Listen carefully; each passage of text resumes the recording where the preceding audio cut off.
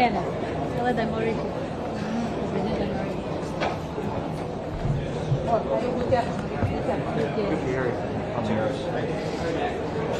Senhor secretário, uma palavra, por favor. Uma palavra, senhor secretário. Senhor secretário, por que não fala?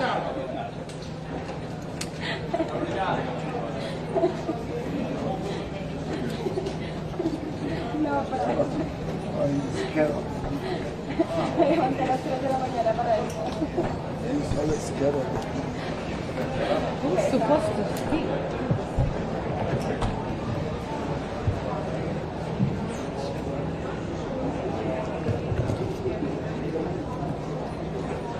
Did the pool say that President Biden left his Ron yet? Do you know?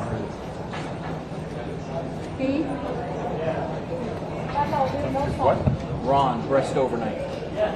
The Intercontinental.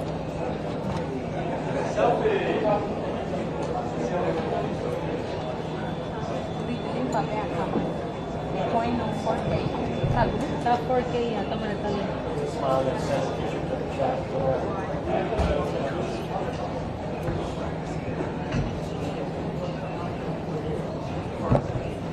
Get you in it? Did he get you in it?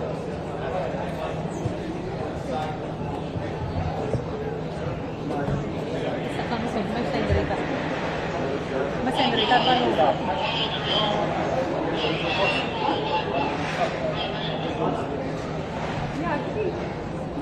O rádio mesmo nada aqui. Oh, já funcionou? O rádio já funcionou? Ainda precisa soltar.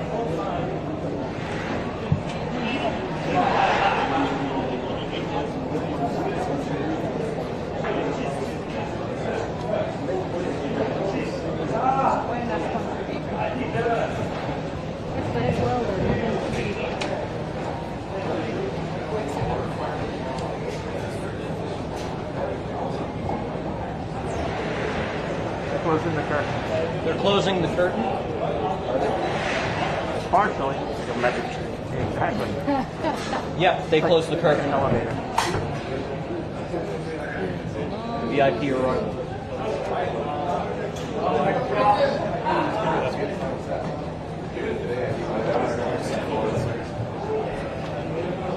don't know the leader that's coming in. Então vir aqui o dono tentar explicar aqui. Too many.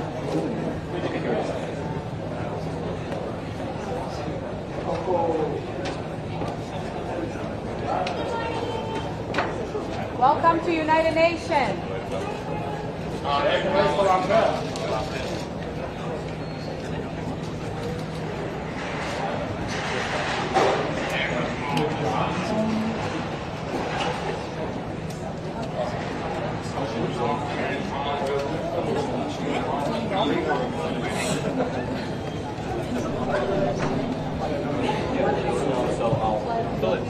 Correct. Another sport? I don't know who that leader was. So. Do you have a reporter here? Why is Mariana, quando o presidente da Mauritius chegar e para aqui vai se lhe apanhar mesmo. Ele vai me dar o toque, vai dizer. Yeah, doesn't speak English. Yeah, let's try. And you said what country again? Ma'am. What country? Mauritius. É homem, é homem. And president.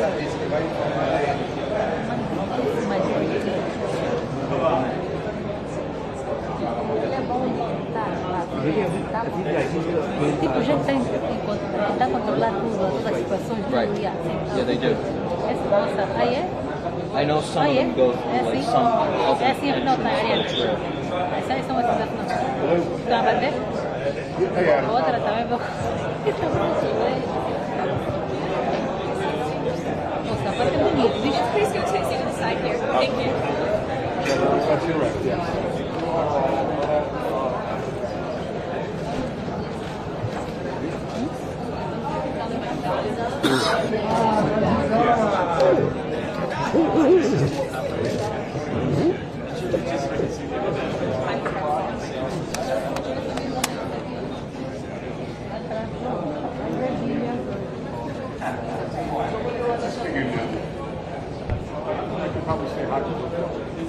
Ele fala inglês, o The presidente change on 4 Maurício. years. You know, if he leaves early, you know, 4 years. Yes. Will do.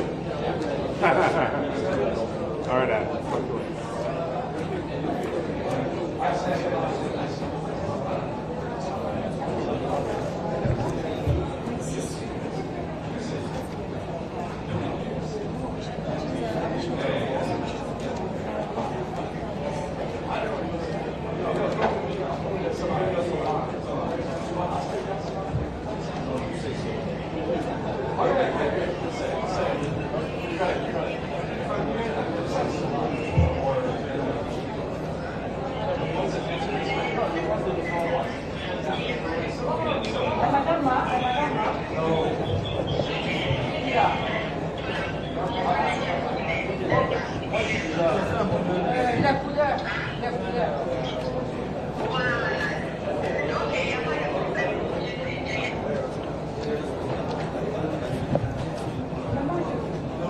Ele tá aqui, a câmera tá aqui, tá aqui, mas o recorte tá lá em cima.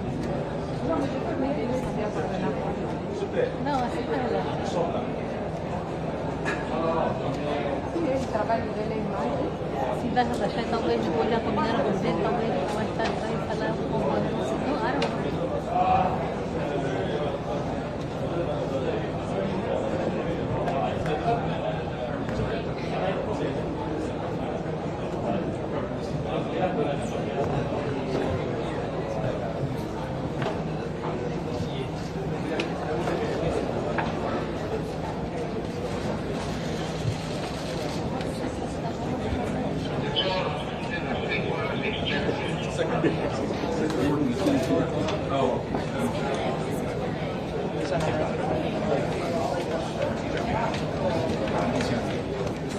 Aí tá embarcando. Ali nessa escada, uns que não pode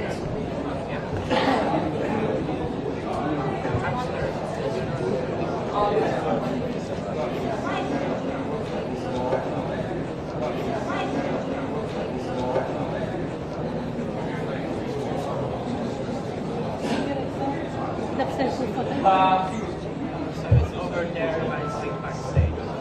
And one here. não entendi.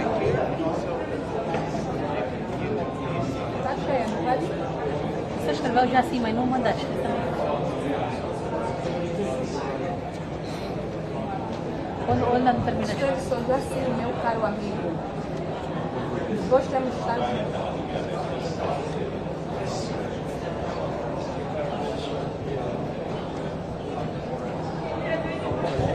Ele manda, deixa só vou mandar na sala dele. Ele mandar depois. Não pega na cama.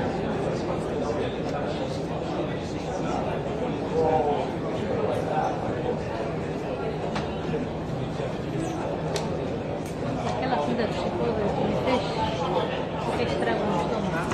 This online or I can send you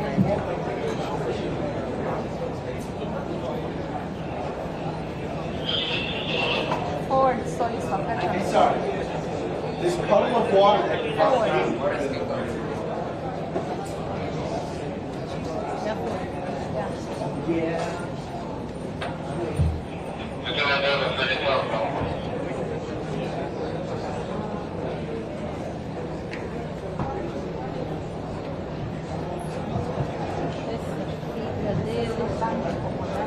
Esta fita dele, amarela.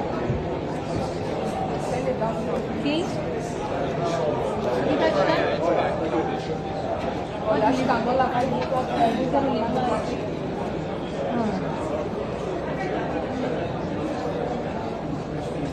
Quem tá trabalhando?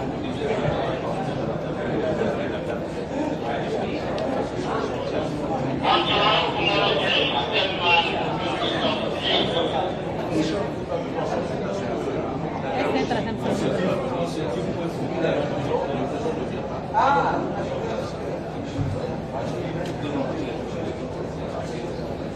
O nosso senhor só lhe cumprimenta, bom dia, senhor presidente. Não precisa mais nada, porque a filha não precisa. A não ser que ele quer me falar algo. Estou arrumado final? Yes. Thank you. Toma, gente. Não está muito sujo. Toma. Põe também no modo airplane. Toma. Yes, I am sure. Nuri. Yes, I'm putting right now. Agora não sei se alguém aí, por isso vão ligar o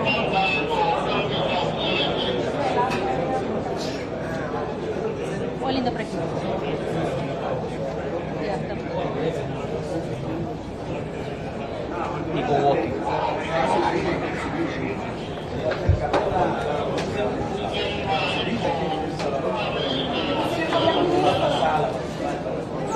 Monsieur le Colombier, pour une minute, s'il vous plaît.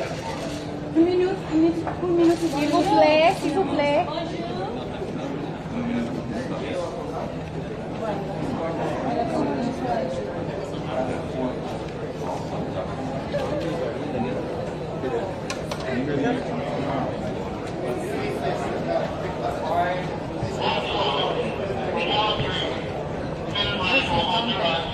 Arana, quando chega a Nações Unidas, sabe o que eu vou fazer? Eu vou preparar uma lista, um tipo mini caderno com as caras dos presidentes e os nomes, para nós termos noção, porque aqui estamos a passar por isso, já podíamos começar a construir a relação. Bienvenue à la République, non, bienvenue à la United States, bienvenue à la street, bienvenue à la United States.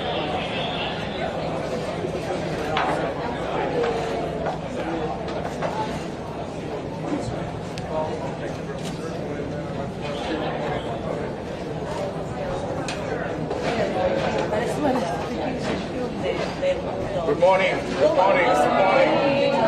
Good morning. Got breakfast? Got breakfast? No. Why you stopping this? You're the only one who... It's not worth it. Ele é o único que grita.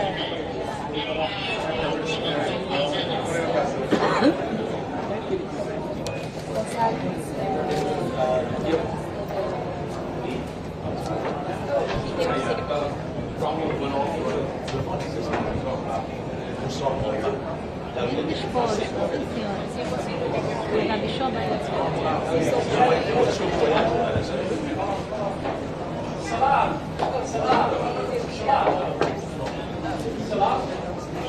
Good morning.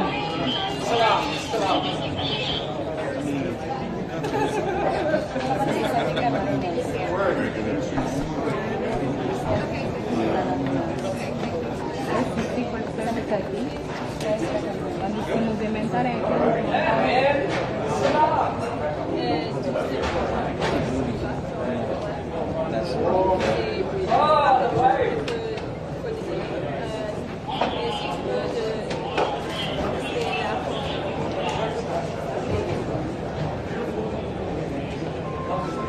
nosso amigo está chegando. Qual amigo? Qual? Oh, este. Mas essa roupa toda dentro, cada um tem, então já não Eu acho que ele está. Oh, o presidente? O Biden. I think Biden is done.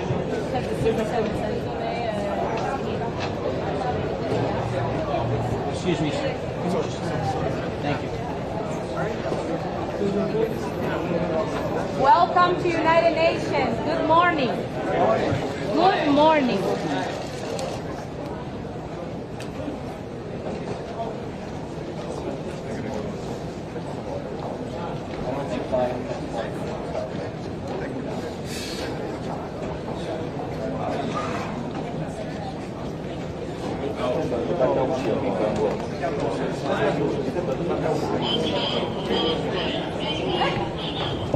Olha a bunda dele, vai depois atrás.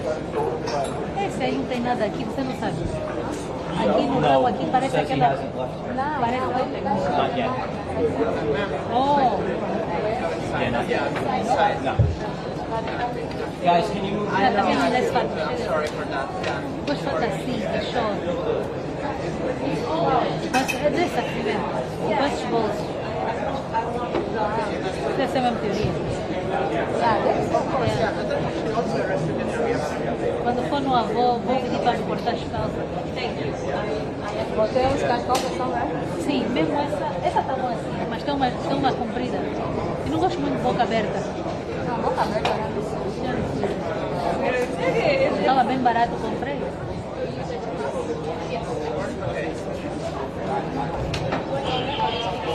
Good morning, welcome to United Nations. That's good one. That's good.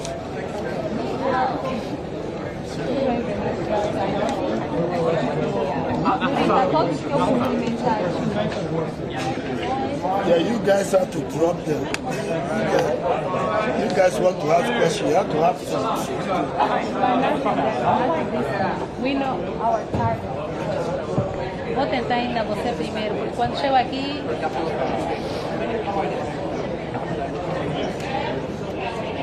Essa também é outra, da escolinha.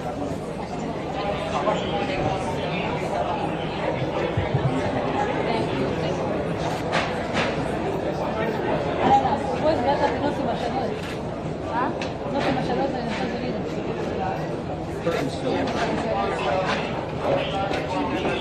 Good morning, welcome to United Nations.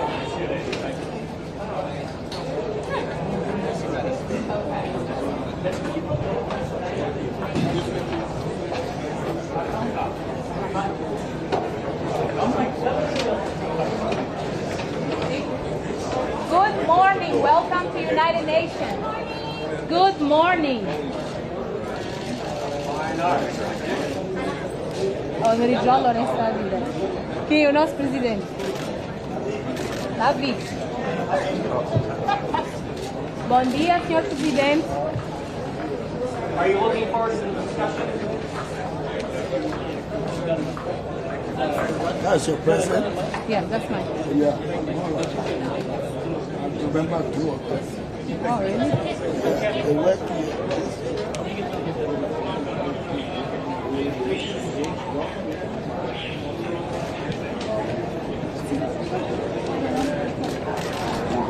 Good morning, Mr. President. Welcome to United Nations. Fine, thank you.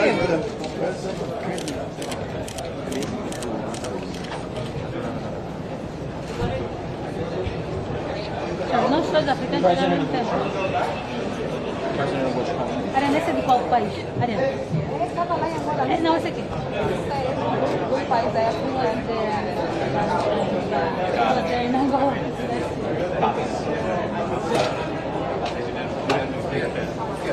Good morning, welcome to United Nations.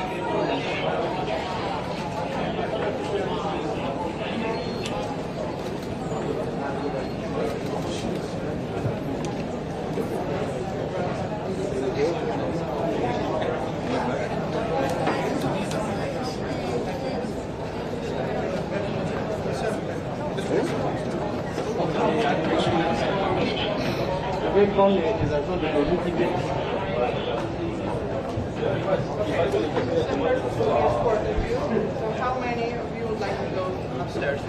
Okay, please come. Yeah, come. O da atrás agora todo dia. O sério, o presidente. Escolta dele. Agora só tiver já fica já.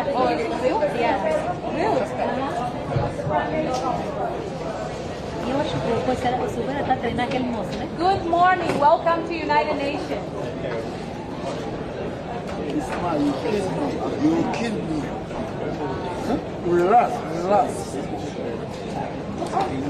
It's your president.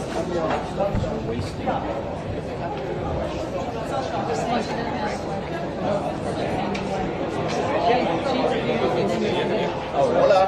Va a venir ahí. Oh, ¿va a venir? Va a venir luego, sí. Okay, good. Voy a preguntar a... okay. Good morning, welcome to United Nations. Do you have any comment on the Russia and North Korea meeting?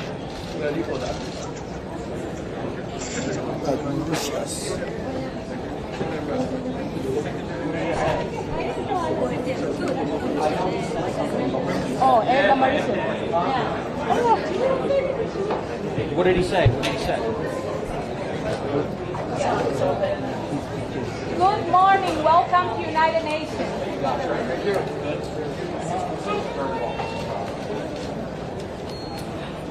Está cumprimentando, nós vamos dar prêmio por isso.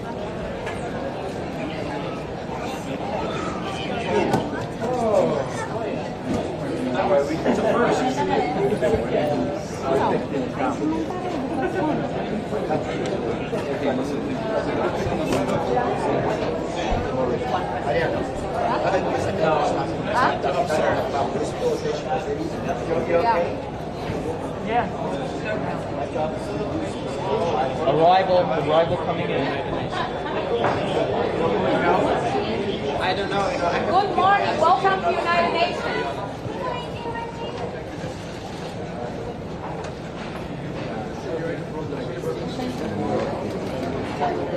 Ele está apanhando aí. Sim, quando eu cumprimentar, apanhar. Eu e ele. Não, mas vou tentar mais você. Ok, vou deixar para. Essa linha amarela não. One second. Nuri, isso é o quê? Não metemos coisas. Vê, até tem ou essa internet. Está aqui? Diz que estamos a coisa para não ligar.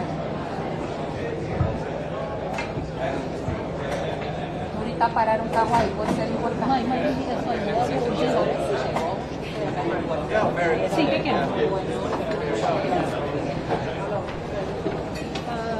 Good morning, welcome to United Nations. Thank you very much. Thank you. Quem estás a filmar aonde então? Qual parede? Give up. Ah.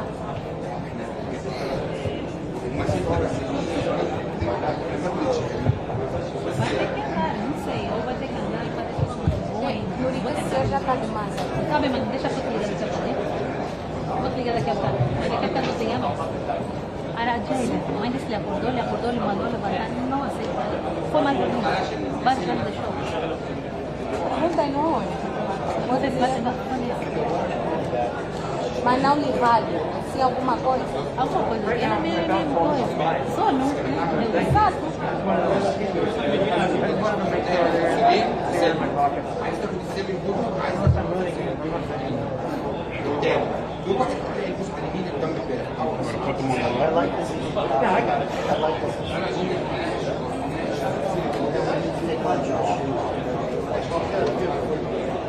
I'm not going to do it.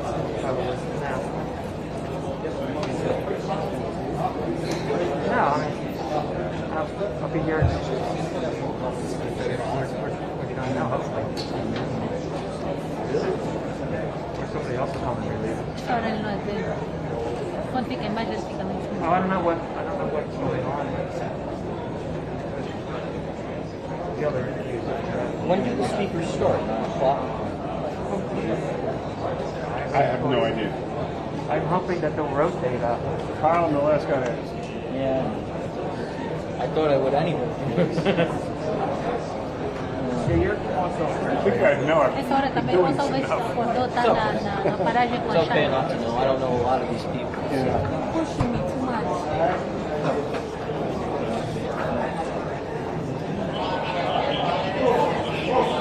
Bonjour. Bienvenue.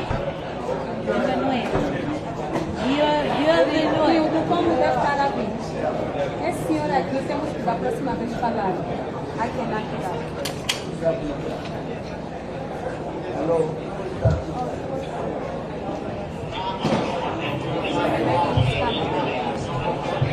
Thank you.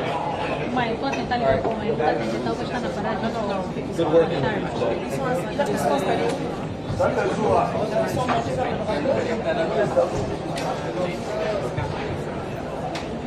Yeah, depois vou ligar para a Ele mesmo for, mesmo está toda hora a puxar. mãe. Está bem de chamar aquele seu. Tem que falar nisso aqui.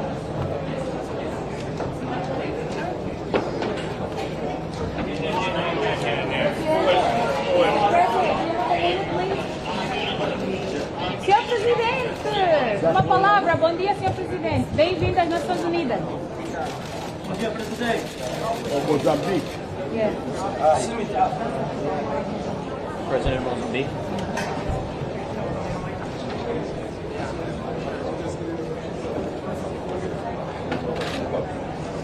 Aqui já é muito longe, eles já estão quase a chegar. Mas eles podem ainda votar aqui. Aqui me mandou Você vai chegar e falar. Vai.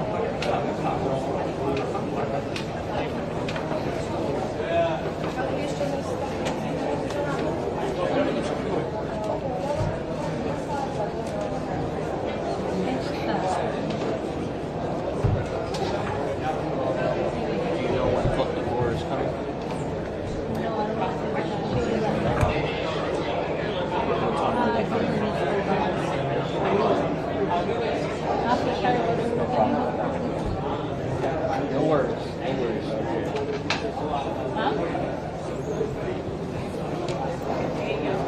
Hey, Brian, close to my percent. No,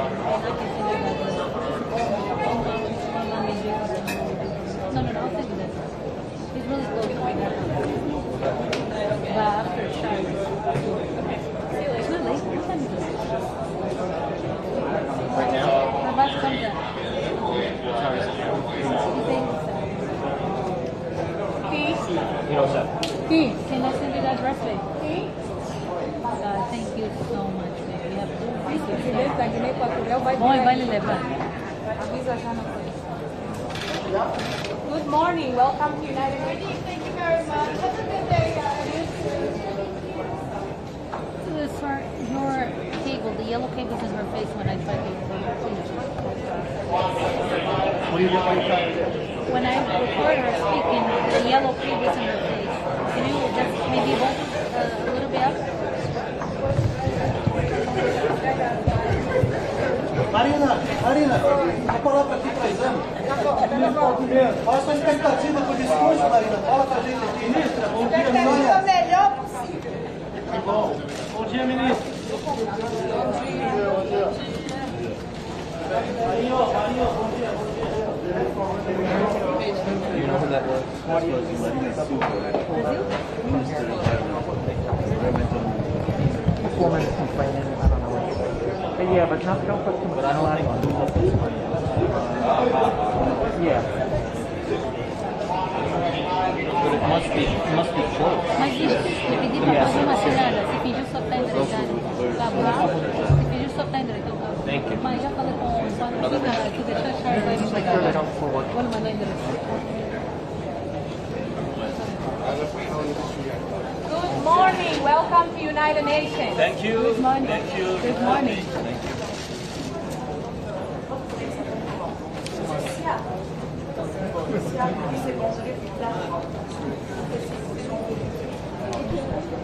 She's speaking. Ela tá falando com quem? Hã? Esse senhor, meu Deus. Qual senhor? Tá atrás. Bonjour, Mr. President. Bonjour, how are you?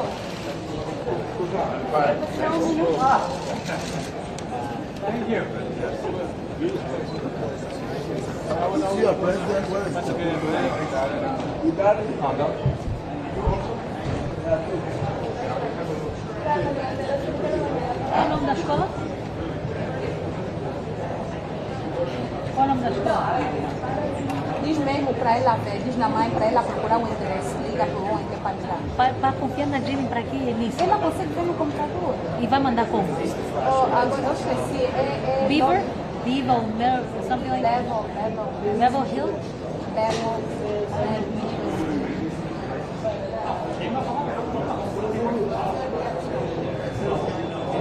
Tens algum sítio de escrever? Como é que está?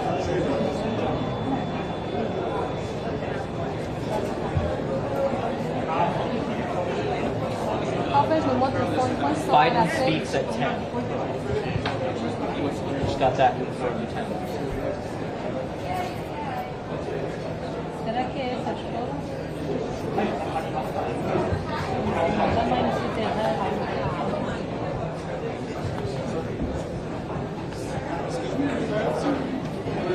Sabes qual é o animal da escola dele? Mostra. É tigre.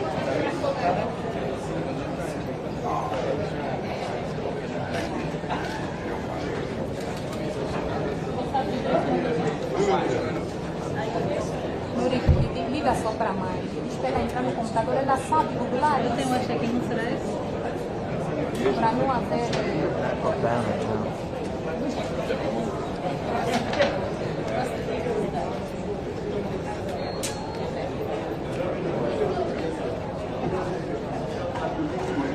Mãe, diz para ela entrar no computador e para ver o endereço da escola dela. Conexão. Eu digo. Tá virado. Mas diz para entrar no computador mesmo. Para ver o endereço das comunidades que é o Brasil. Sim, mas manda aí o computador para tirar o endereço.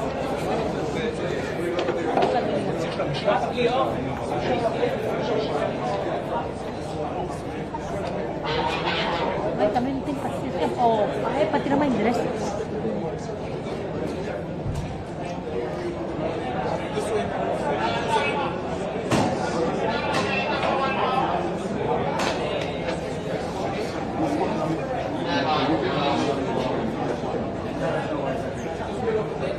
Agora é só entrar na câmara de som e ver como é que vai ser. Não importa, entram, você fica porque ele não cabe princípio. Mas se for, é verdade.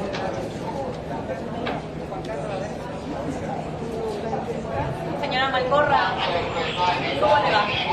Hola, ¿cómo está? ¿Cuánto tiempo? ¿Qué tal? ¿Cómo estás?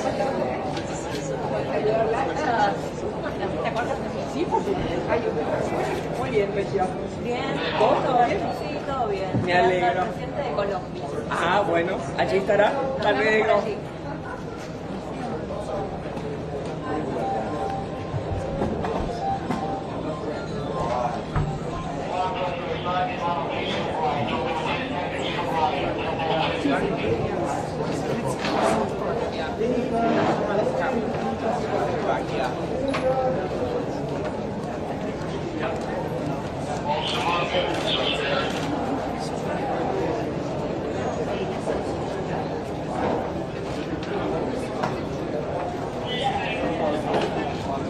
Ele, quando já filma, eu desencosto. Mas quando é eu que quero, ele está empurrado.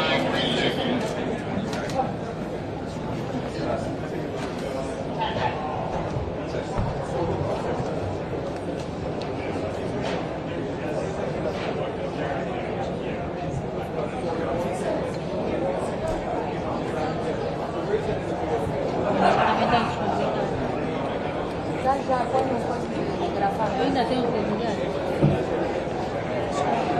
Quem está vindo? Está vindo alguém?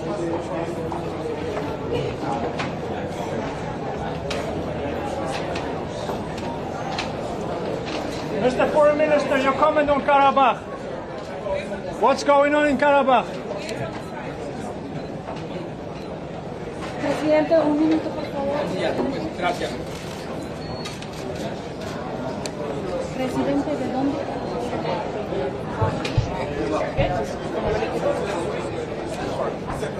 Okay.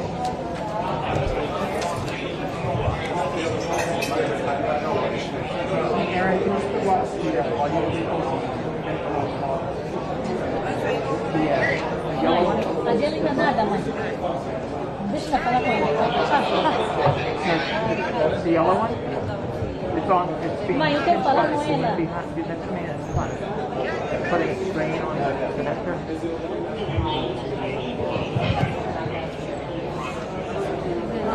I think so. I just don't want to do it.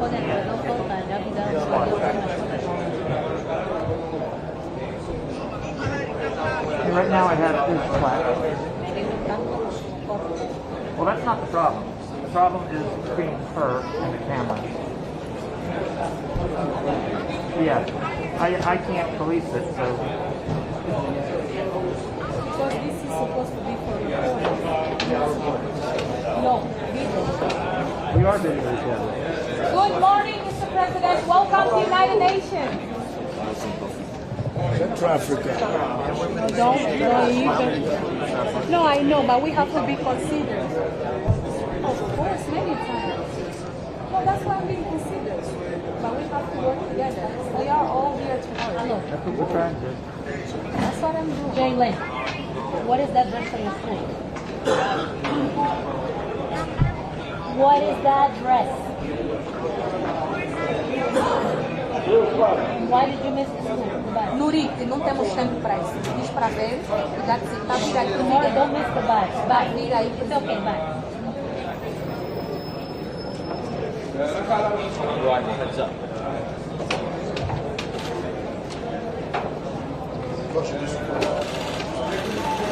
Good morning. Welcome to United Nations.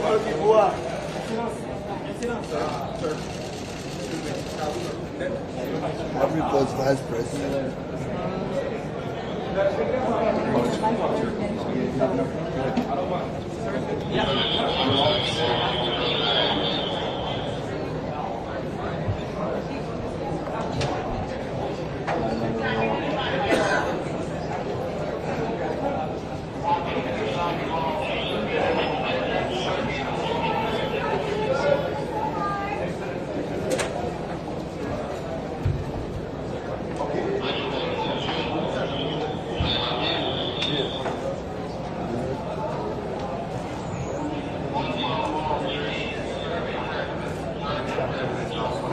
Serbian president.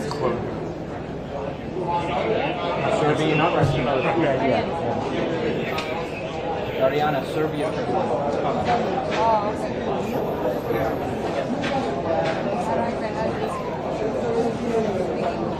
I don't know, but you could try.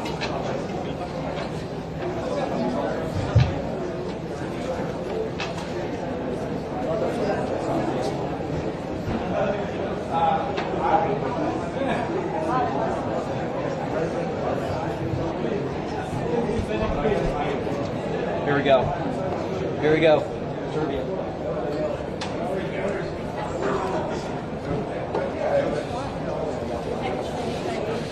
Good morning, Mr. President. Welcome to United Nations. Mr. President, do you have a comment on Russia and North Korea's meeting? Scenario. Welcome.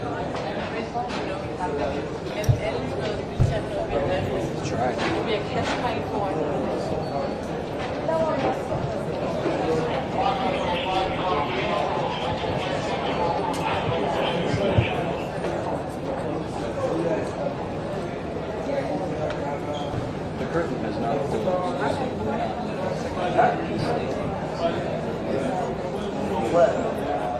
Oh yeah, just so you know, they close the curtain.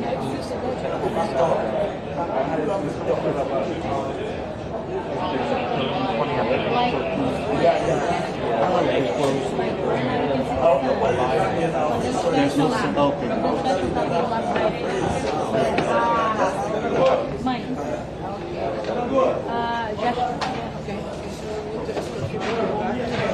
Lula tá virando. Lula já tá virando. That wasn't Lula, right? Não. Guys, can you move to the left? Lula's coming. Thanks. Mãe. How far Nós out? não temos tempo. Dá orientação e desliga de uma vez. Já deu problema. Já não, por agora não ligou ainda. Ariana, saindo, pretendendo. Tell me when. Sim, fazendo mais já tá tudo. Mas eu acho que daí do canto era melhor. Ah, e tá muito dentro? You know what time? Okay.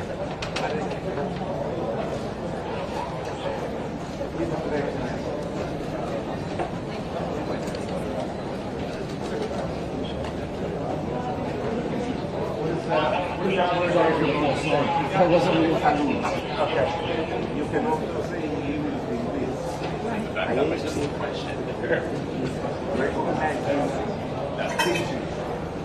Very nice.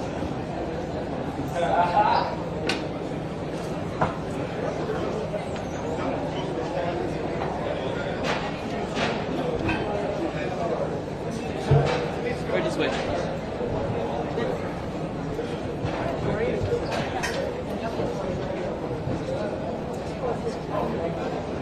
Your shot is through here, right? Your shot is. Yes. So, say. Yeah, madam.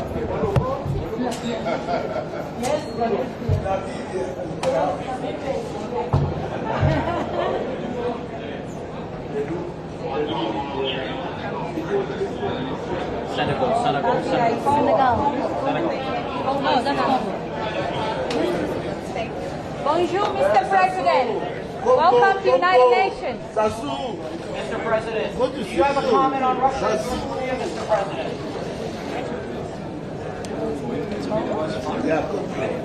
They have two countries.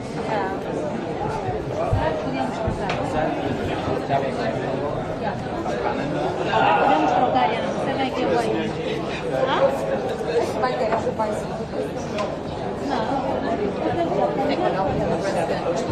I don't know if the Colombian president came in. Do you mind if I change the shortage? So Nurit. Yeah, beg. Say it's okay.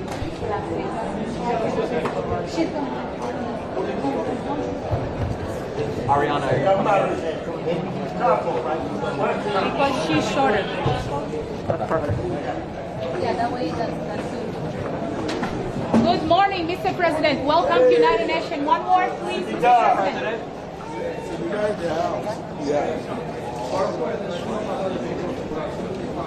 Yeah, bienvenido. La cámara está cortada. Mesmo aí.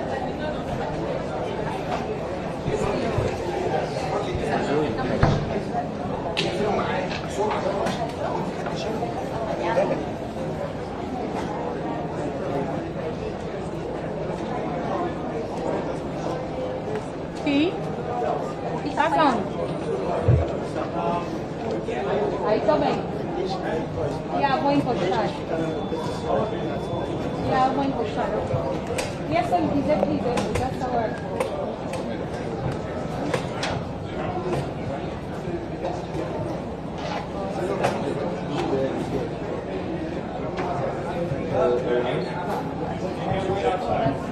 Essa é a minha página. O do fone não. thank you.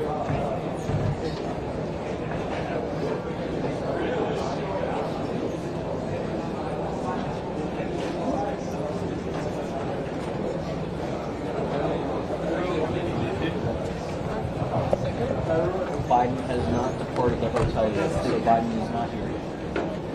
I can confirm that. Once I get a departure, I'll let you know. Talking to someone Stop now. My arm.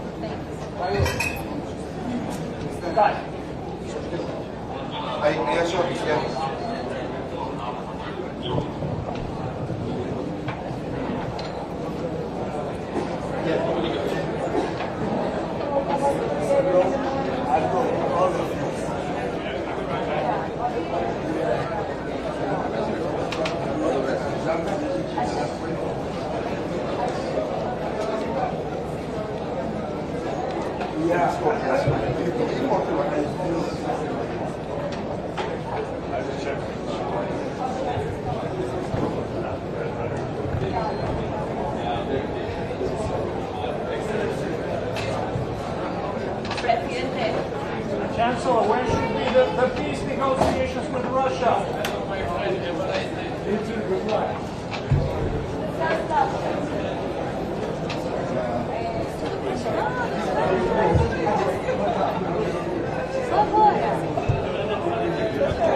They came already.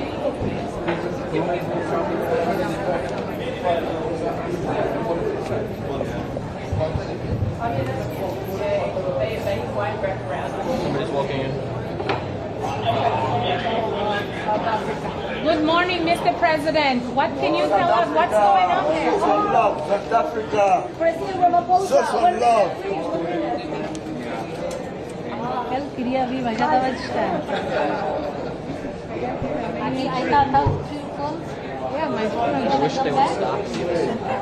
Queres voltar? Hã? Queres voltar aqui? não. Aqui estou bem mesmo. Saí é muito tempo.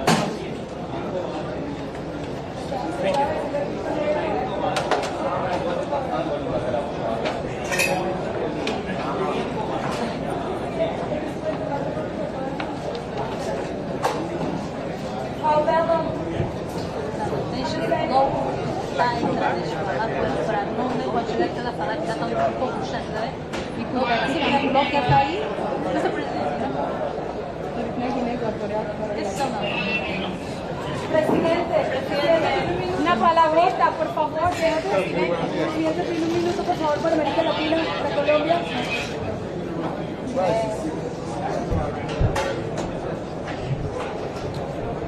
Who's that the president? And not Argentina. No las va a pagar.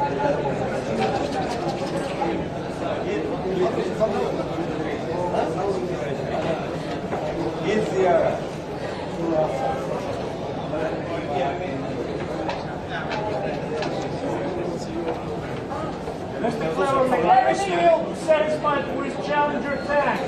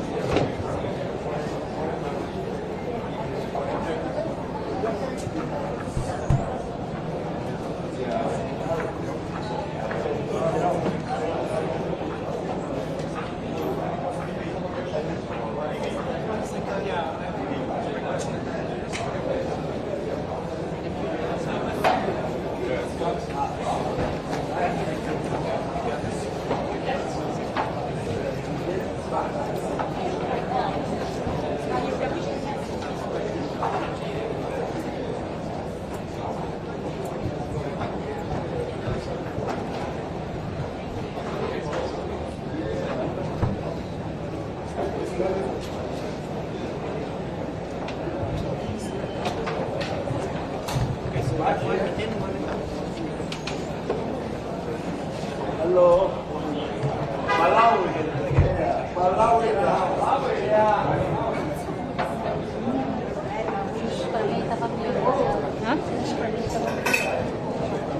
Panama vai te fazer alguma coisa. Eu vou mesmo.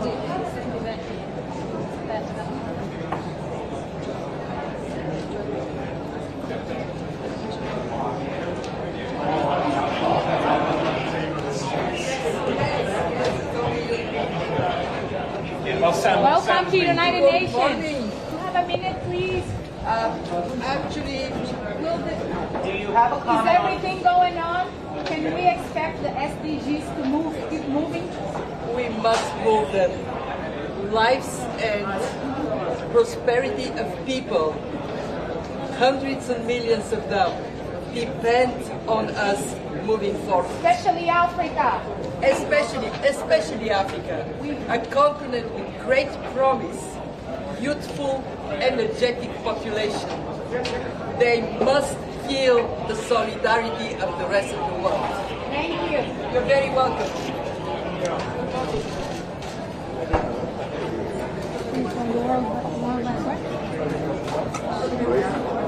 Hold on. That's good, thank you.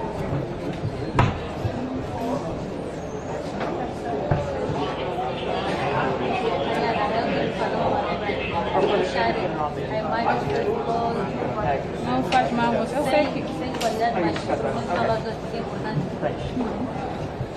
Just have some sound from some of Yeah. Aqui vou passar. Vai virar alguém. Oh, Nana. Hey, Nana is coming. Ghana.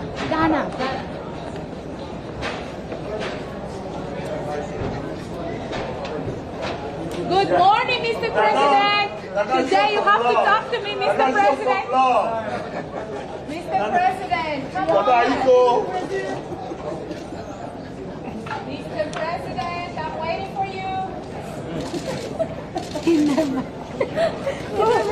He never talks. Right. I don't know why he don't want to talk to me.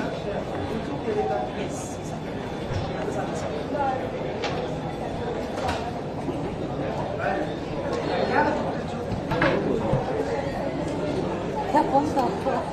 Ya sabes.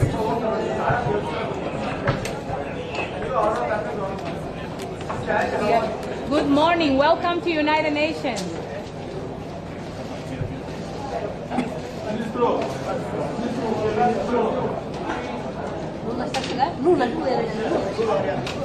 Presidente Lula, bem-vindo, bem-vindo às Nações Unidas, senhor presidente. Bom dia. Tenta gravar, tenta gravar.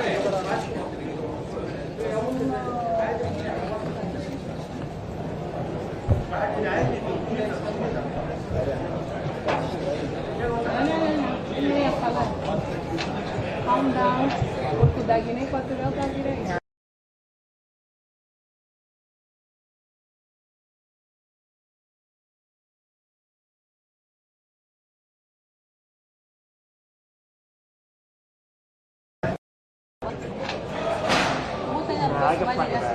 Biden e o da Guiné Equatorial?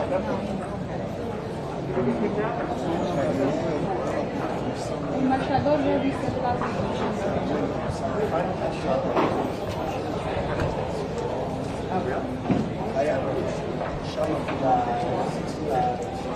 sei lá o nome dele.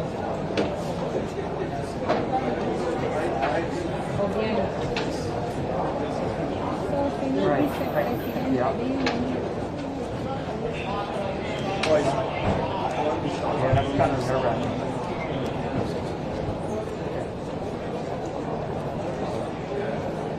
Yeah, backwards.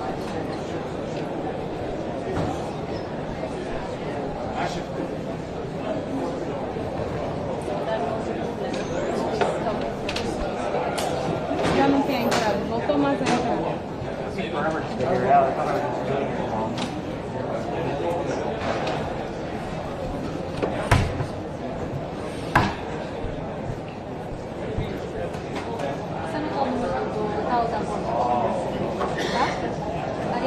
O microfone?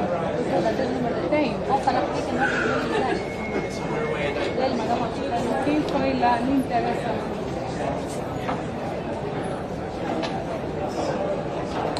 Mas as coisas de leve, o importante é a pergunta. Basta você fazer, não viste ontem passaram mesmo assim.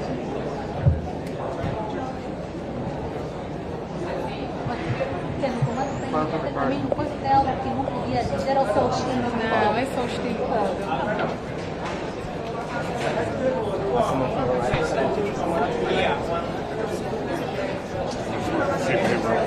Functioning.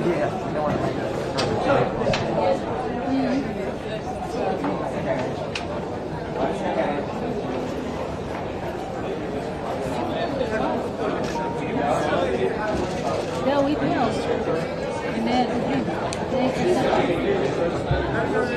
Yeah.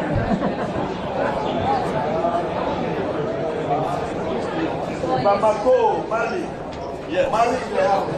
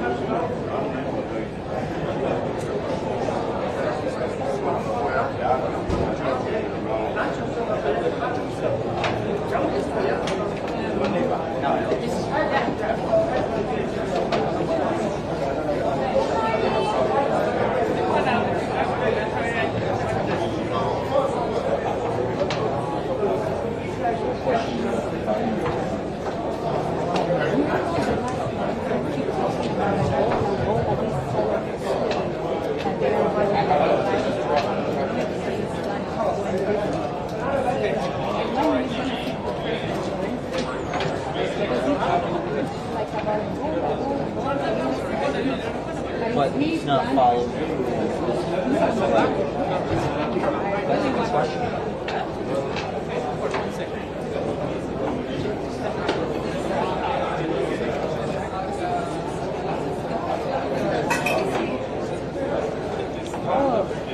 Aquele não.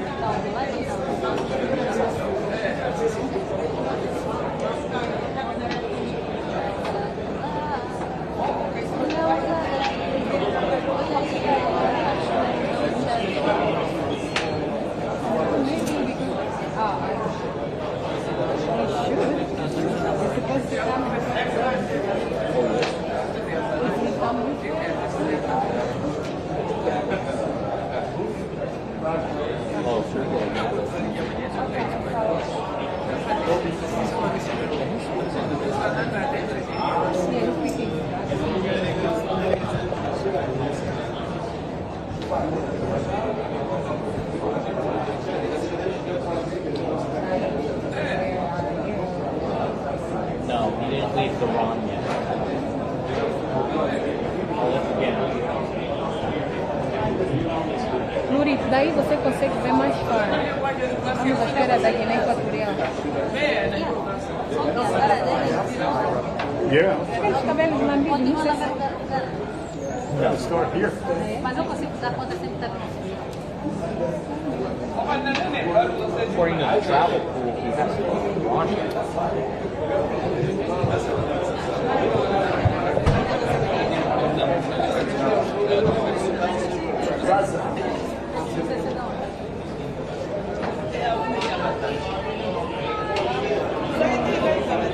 Desse ula-ula país, não poder.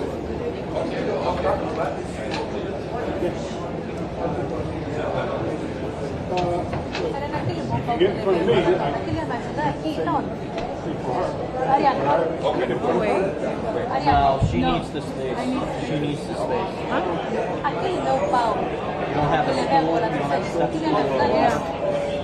Nós temos que preparar. Can't do Good anything. morning, welcome to United Nations. Yeah, aqui.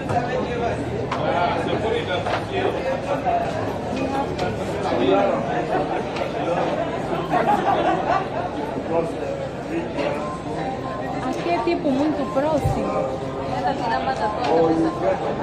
Yeah, vou tirar. Mas aqui é tipo muito próximo. Ah, já estava mais quente.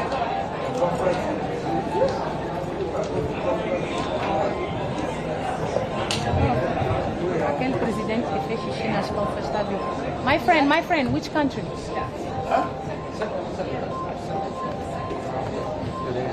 The one with hat. Good morning, Mr. President. Welcome to United Nations. Can we turn off whatever music that is, please? Whose bag? It's outside the bag? Sim. Hã?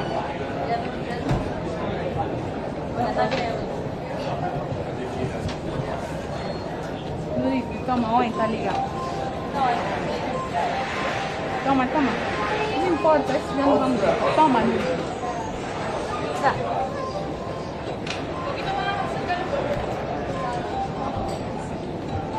Oh, my phone is... Is your phone? Yeah. Why don't you speaking for me? Now? Yeah. Oh, with the charger. Nobody is coming. Yeah. Yeah, it's ringing. I know they are looking for me. Yeah, just silence it. Silence. Thank you. Mãe, o anjo já está aqui. Make sure all phones are on silent. Many things. Que horas são? 8h40. Vai, quando sai isso, né? Toma. Vou voltar para alguém. Mas tens que me dar tudo. Hey. Prime Minister Pakistan, Prime Minister. Salam alaikum.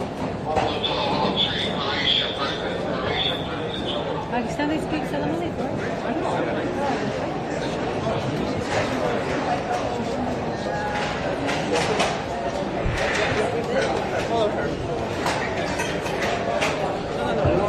Sir, you gotta go. I'm sorry.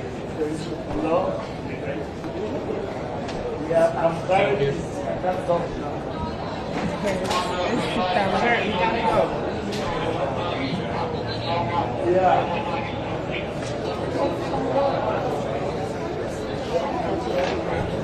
Okay.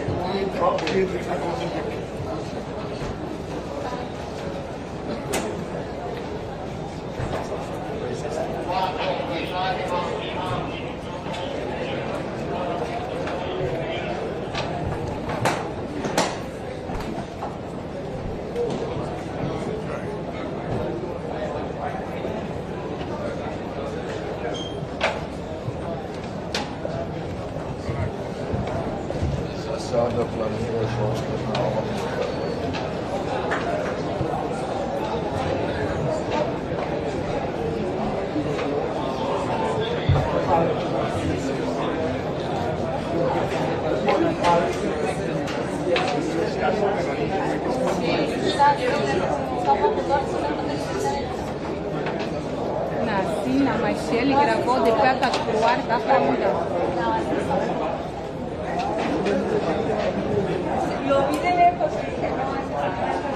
Parece que dá.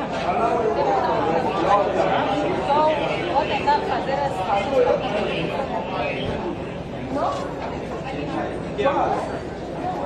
Na hora você vai find a way.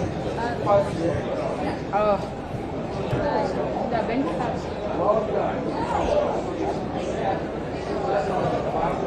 No Colombia. Well, the first one to talk just arrived 10 minutes ago. So. Right, it's delayed. It's all pushed. Which all is Yes. Totally.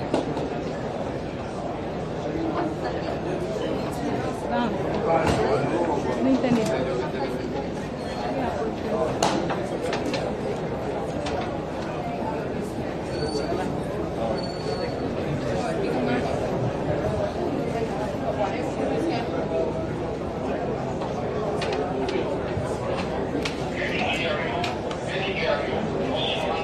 Quando for o Biden, vão clear isso tudo.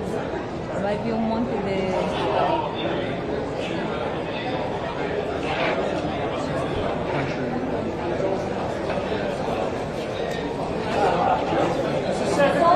We're going to Central Ukraine.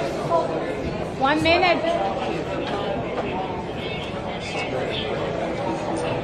That was Stoltenberg.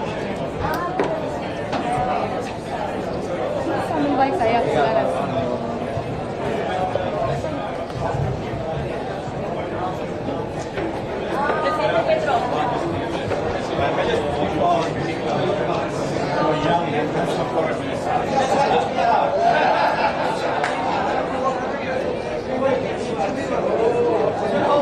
Só naquele vestido azul. Desce.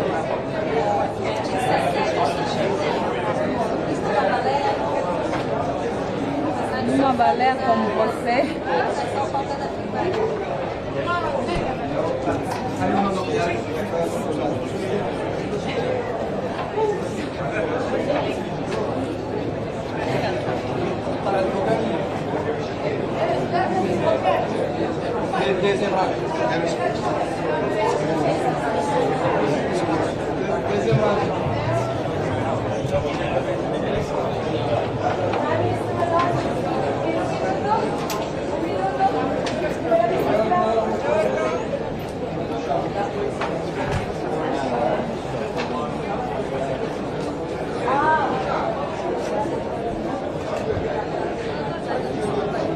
Não, eles parecem que não ficar muito tempo. Eles parecem só ficarem muito tempo.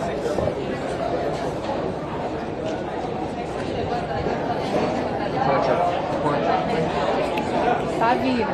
Vai de parte. Só tá de parte não.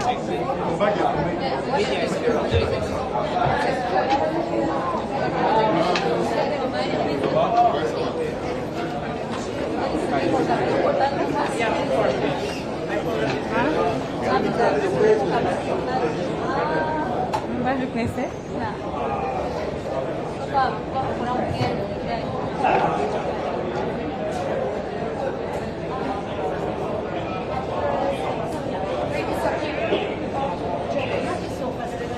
Good morning. Welcome to United Nations.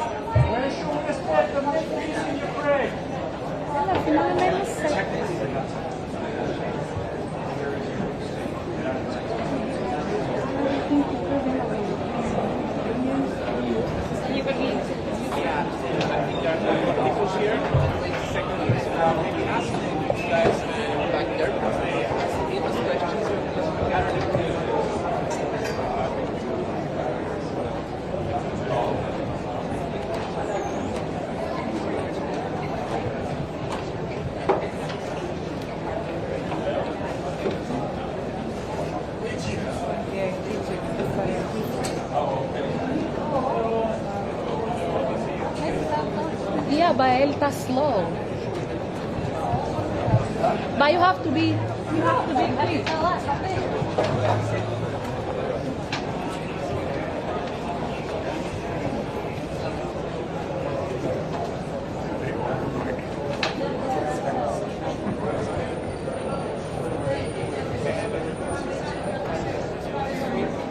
quick. Right. Usually they're in the middle of it.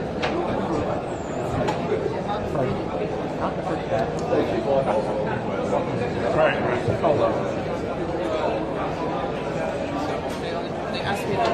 Certainly not carrying anything. Yeah. Right now the group is too large. Just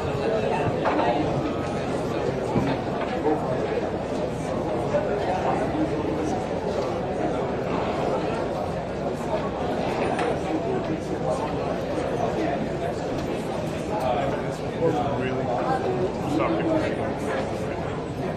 Okay. No, here.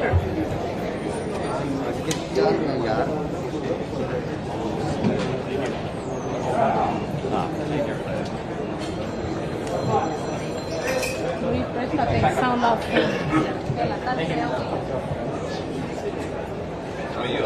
You left the show. Coming up here. Somália. morning.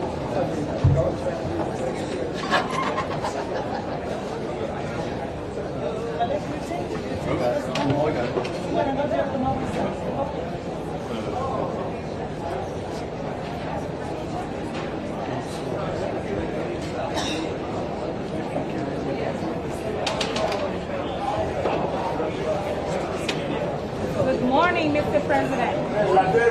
Welcome to you.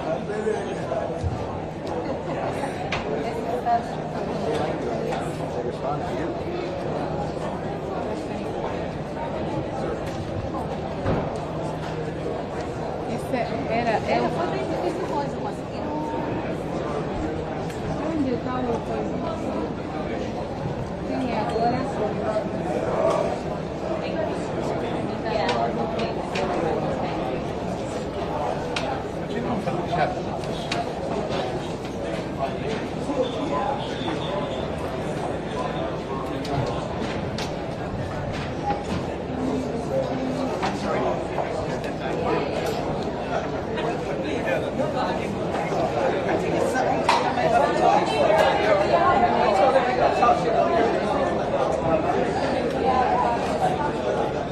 And there was more people.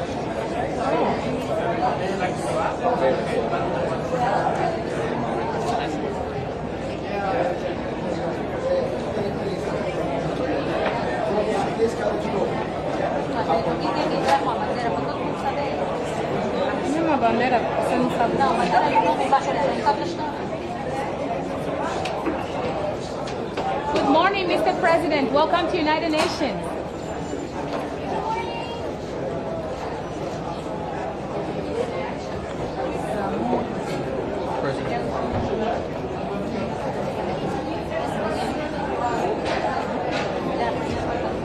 Temos que estar primeiro a dia. Está falando de depois vou para ele. Você recebe mais.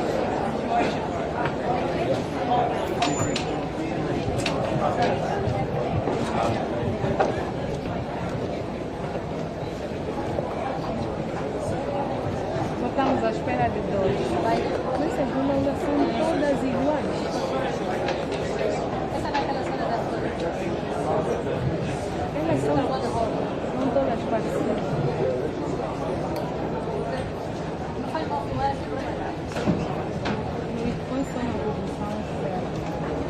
Porque a câmera, Namíbia, I know. Good morning, Mr. President. Welcome to United Nations. You have a minute now?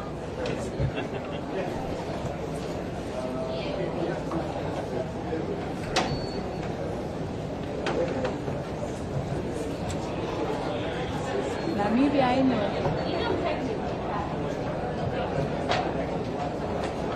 Sente a cabeça. There is no time.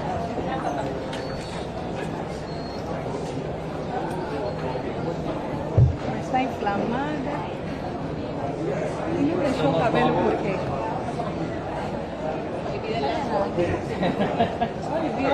Gonna go straight through here. Esse é galo.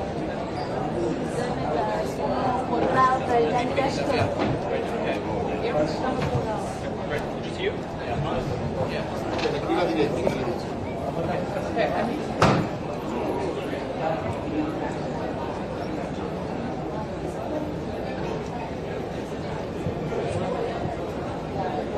what was the first way to start?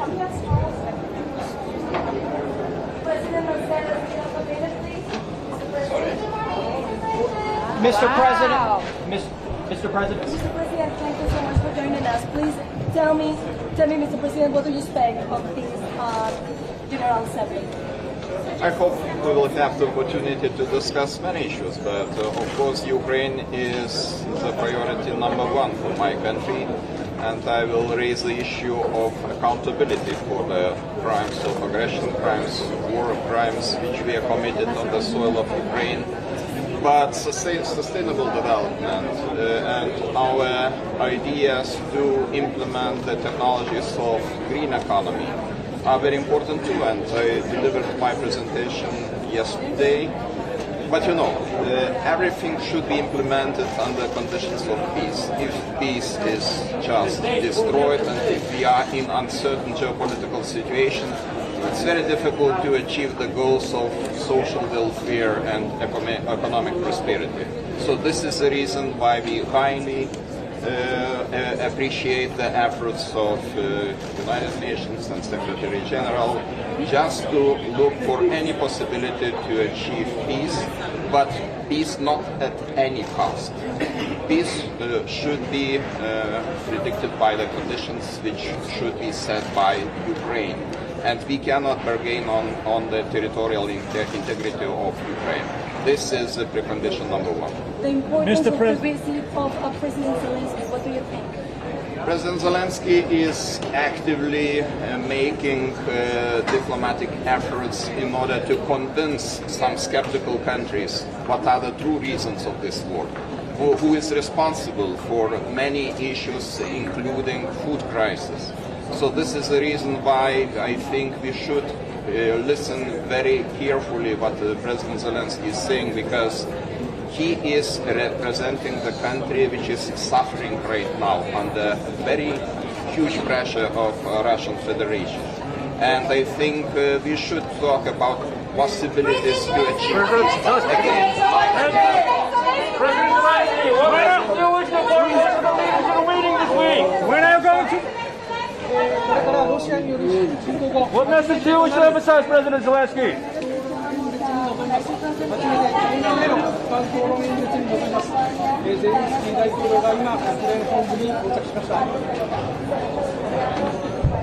Got it. A little bit. Good.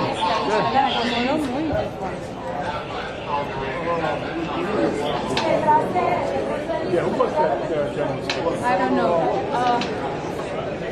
I give everybody a heads up that the curtain was closed. Can you call her? No problem. Ela tá. When I say that, don't take it lightly.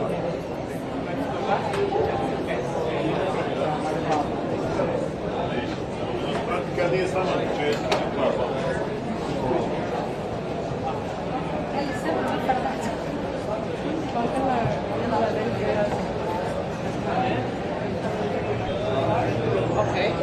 Okay, some.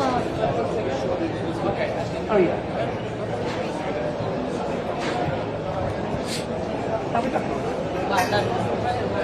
Yep, you got it? Good. I'm glad.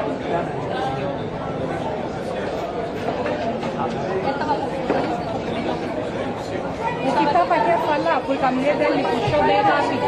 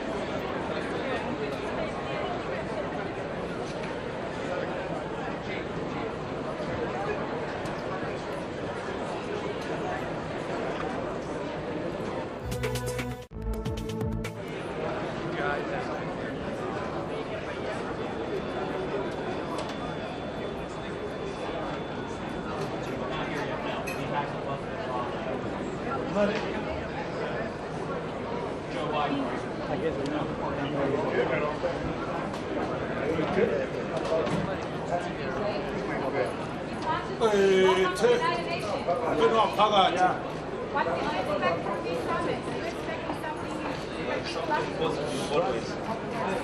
Thank you.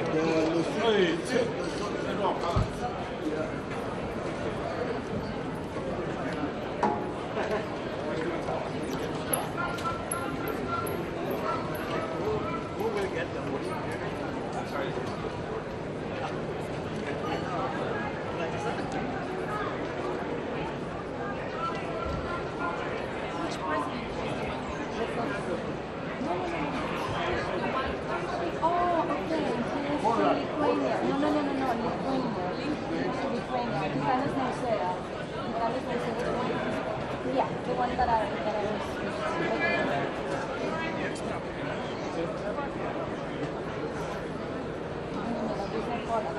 Hungary, No problem.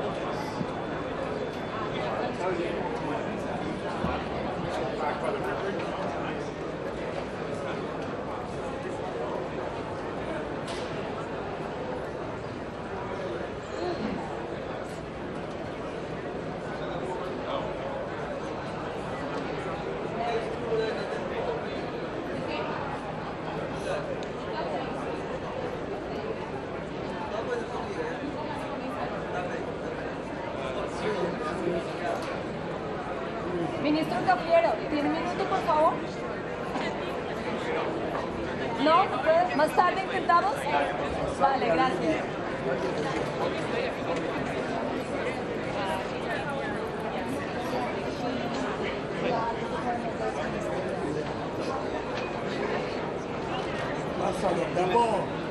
Gotcha.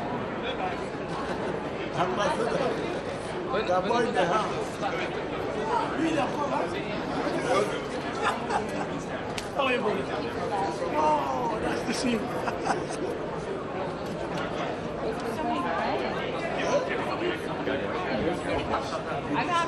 Just let someone know and we'll escort you back up. When you're finished, just let someone know.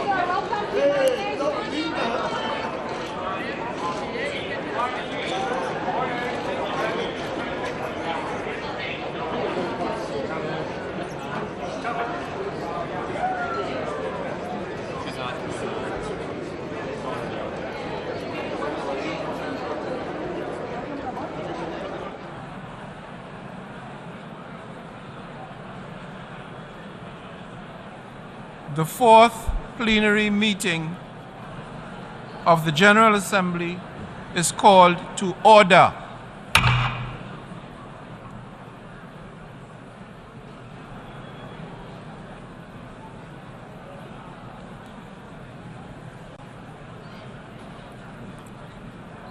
Before proceeding to the general debate, as announced in the journal, the General Assembly will hear an introduction by the Secretary General of his annual report on the work of the organization, issued as document A/78/1 under agenda item 110 in accordance with Resolution 51/241.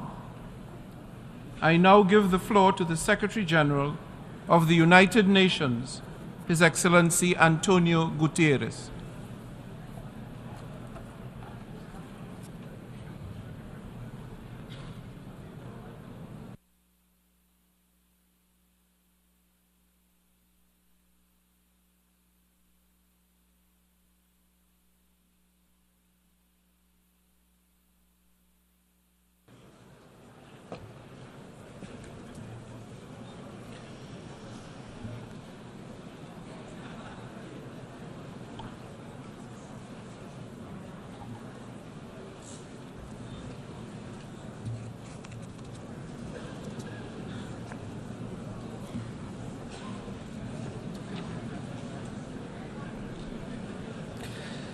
Mr. President of the General Assembly, Excellencies, ladies and gentlemen, just 9 days ago, many of the world's challenges coalesced in an awful hellscape.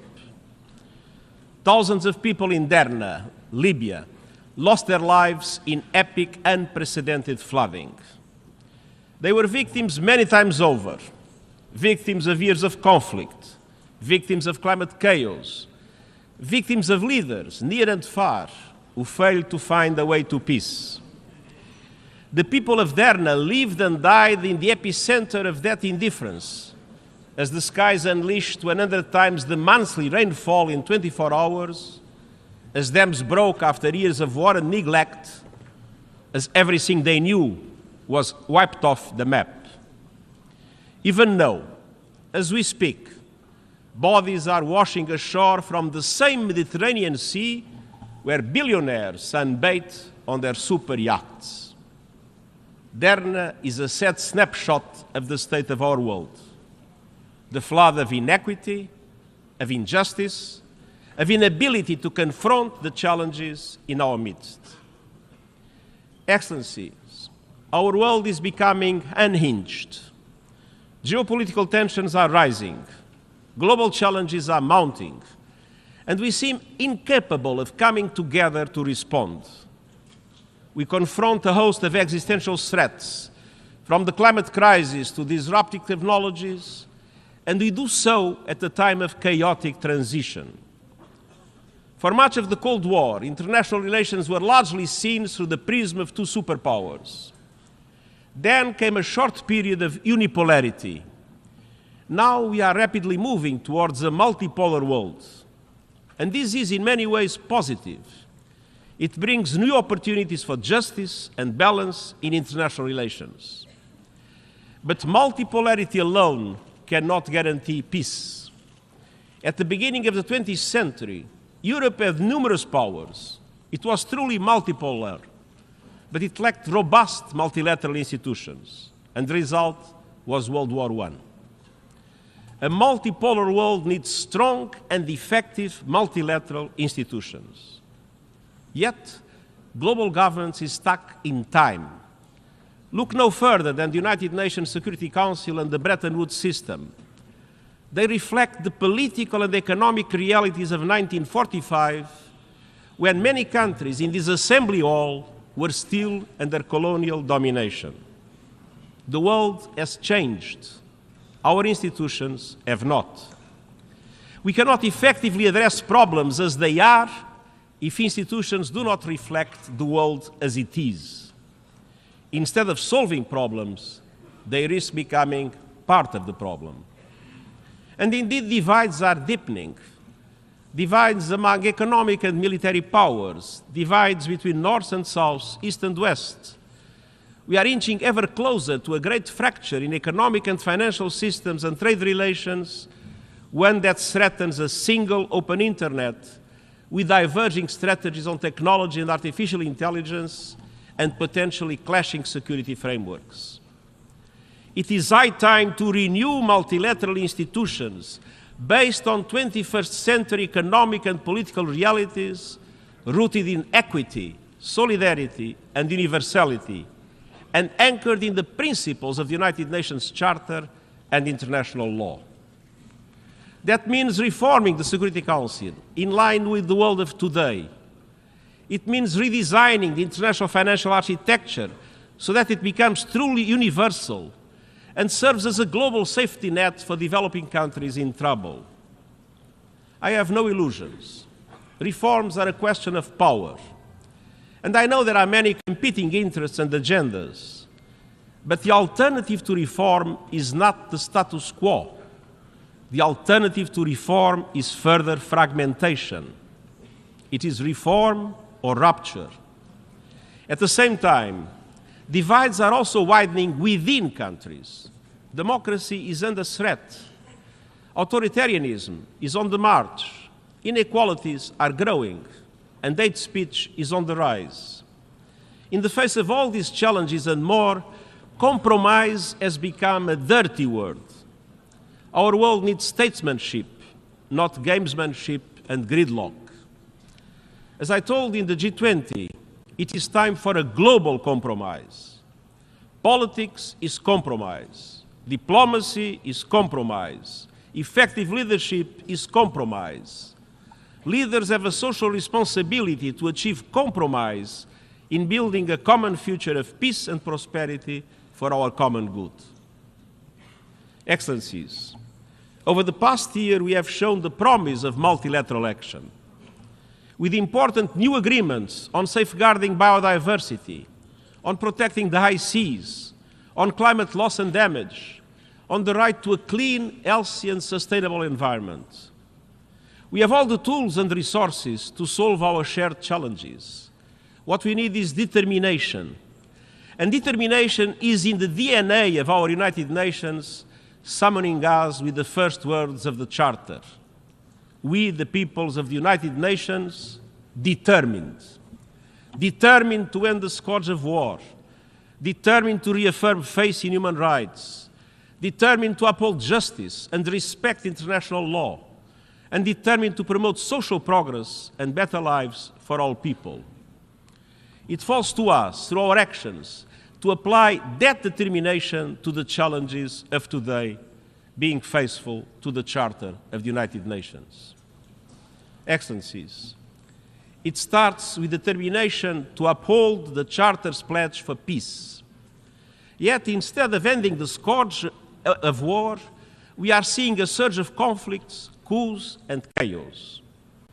If every country fulfilled its obligations under the Charter, the right to peace would be guaranteed. When countries break those pledges, they create a world of insecurity for everyone. Exhibit A, Russia's invasion of Ukraine. The war, in violation of the United Nations Charter and international law, has unleashed an exodus of horror. Lives destroyed, human rights abused, families torn apart, children traumatized, hopes and dreams shattered. But beyond Ukraine, the war has serious implications for us all. Nuclear threats put us all at risk.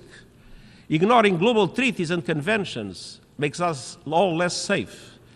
And the poisoning of global diplomacy obstructs progress across the board. We must not relent in working for peace, a just peace, in line with the UN Charter and international law.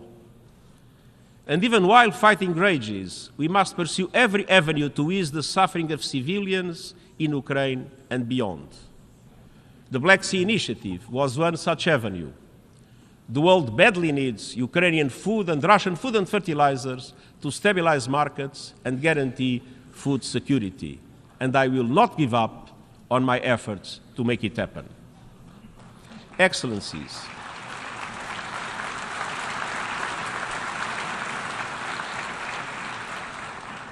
Excellencies, around the globe, old tensions fester while new risks emerge. Nuclear disarmament is at a standstill while countries develop new weapons and make new threats. Across the Sahel, a series of coups is further destabilizing the region as terrorism is gaining ground. Sudan is descending into full-scale civil war. Millions have fled, and the country risks splitting apart. In Eastern Democratic Republic of the Congo, millions are displaced, and gender-based violence is a horrific daily reality. In Haiti, a country that suffered centuries of colonial exploitation is today overwhelmed by gang violence and still awaits international support. In Afghanistan, a staggering 70% of the population needs humanitarian assistance, with the rights of women and girls systematically denied. In Myanmar, brutal violence, worsening poverty and repression are crushing hopes for a return to democracy. In the Middle East, escalating violence and bloodshed in the occupied Palestinian territory is taking a terrible toll on civilians. Unilateral actions are intensifying and undermining the possibility of a two-state solution, the only pathway to lasting peace and security for Palestinians and Israelis. Syria remains in ruins, while peace remains remote. And meanwhile, natural disasters are worsening the man-made disaster of conflict. In the face of this mounting crisis, the global humanitarian system is on the verge of collapse. Needs are rising, and funding is drying up. Our humanitarian operations are being forced to make massive cuts. But if we don't feed the hungry, we are feeding conflict. And I urge all countries to step up and to fund fully our global humanitarian appeal. Excellencies, the peace and security architecture is under unprecedented strain. That is why, in the context of the preparations for the Summit of the Future, we put forward ideas for the consideration of member states for a new agenda for peace based on the Charter and international law.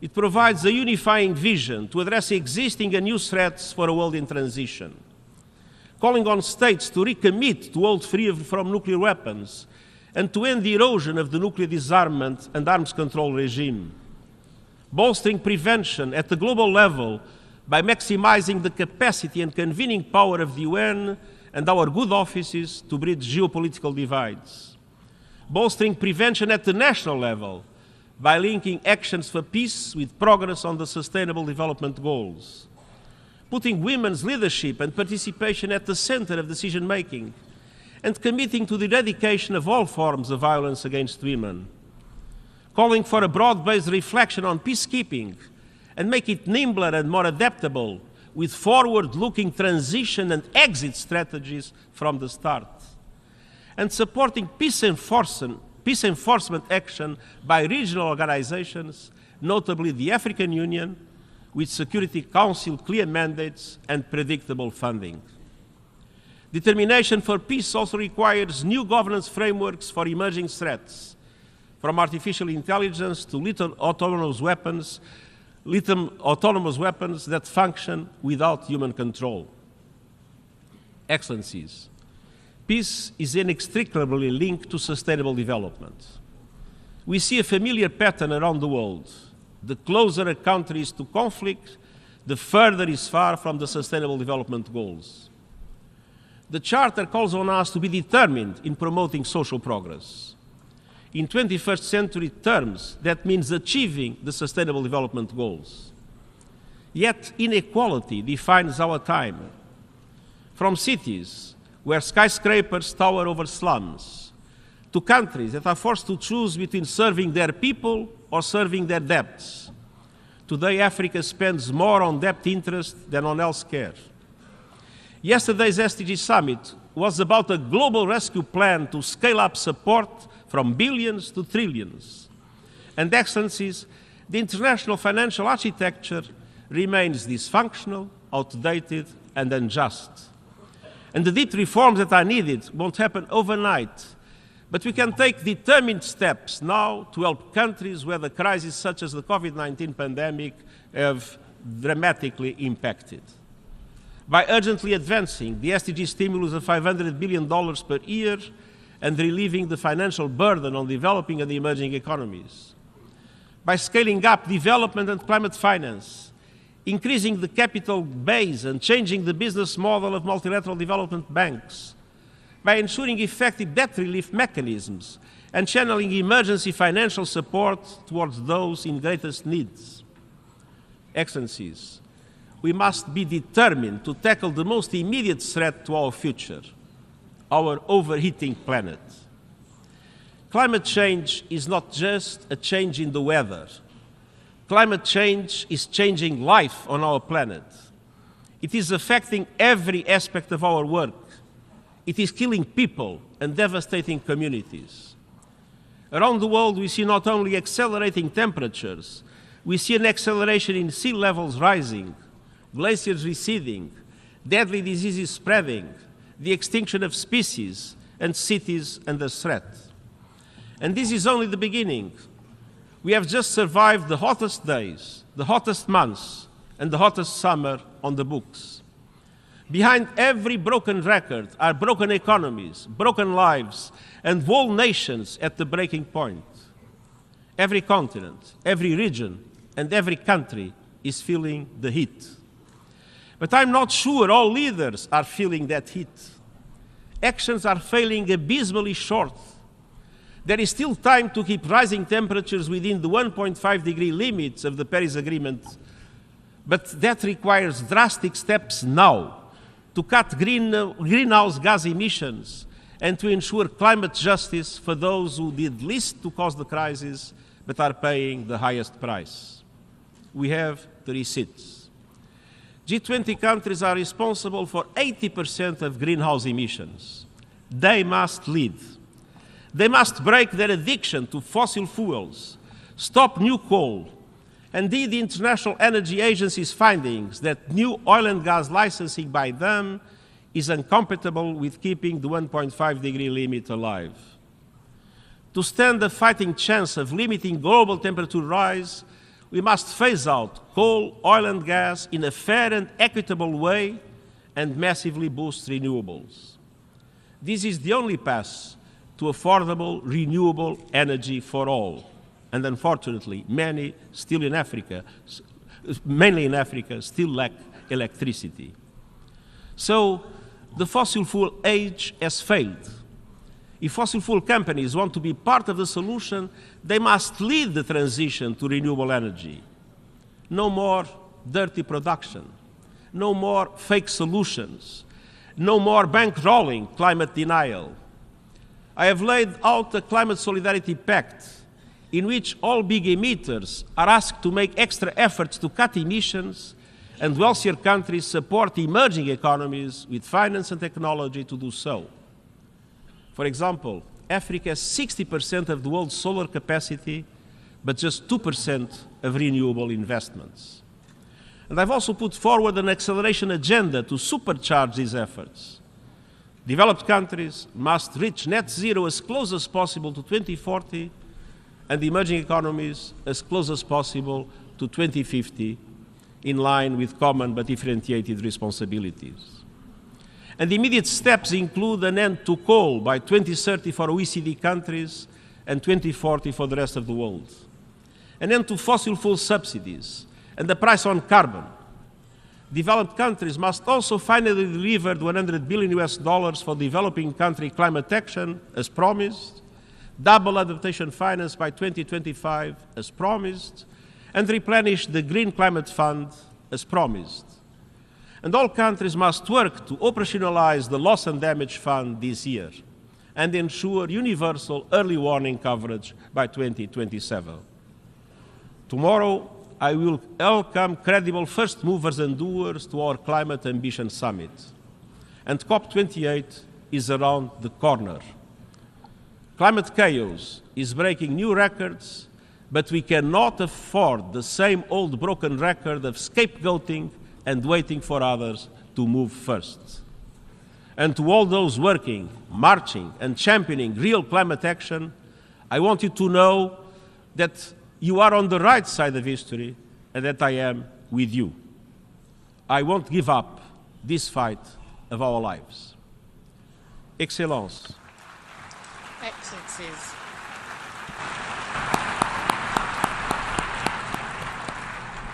Nous devons également être déterminés à honorer l'engagement en faveur de la Charte en faveur des droits humains fondamentaux. Seules 4 femmes ont signé notre document fondateur. Un coup d'œil dans cette salle permet de voir que les choses n'ont pas suffisamment changé.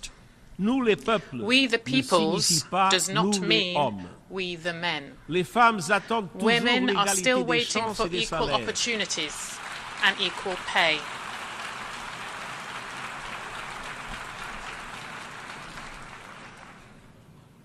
Les femmes attendent toujours Women are still l'égalité des chances et waiting des for salaires, equal opportunities and l'égalité equal devant pay, la for loi, equality la under the pleine law, valorisation de leur for their work travail to be et la valued prise en compte and de their leurs opinions. opinions to count.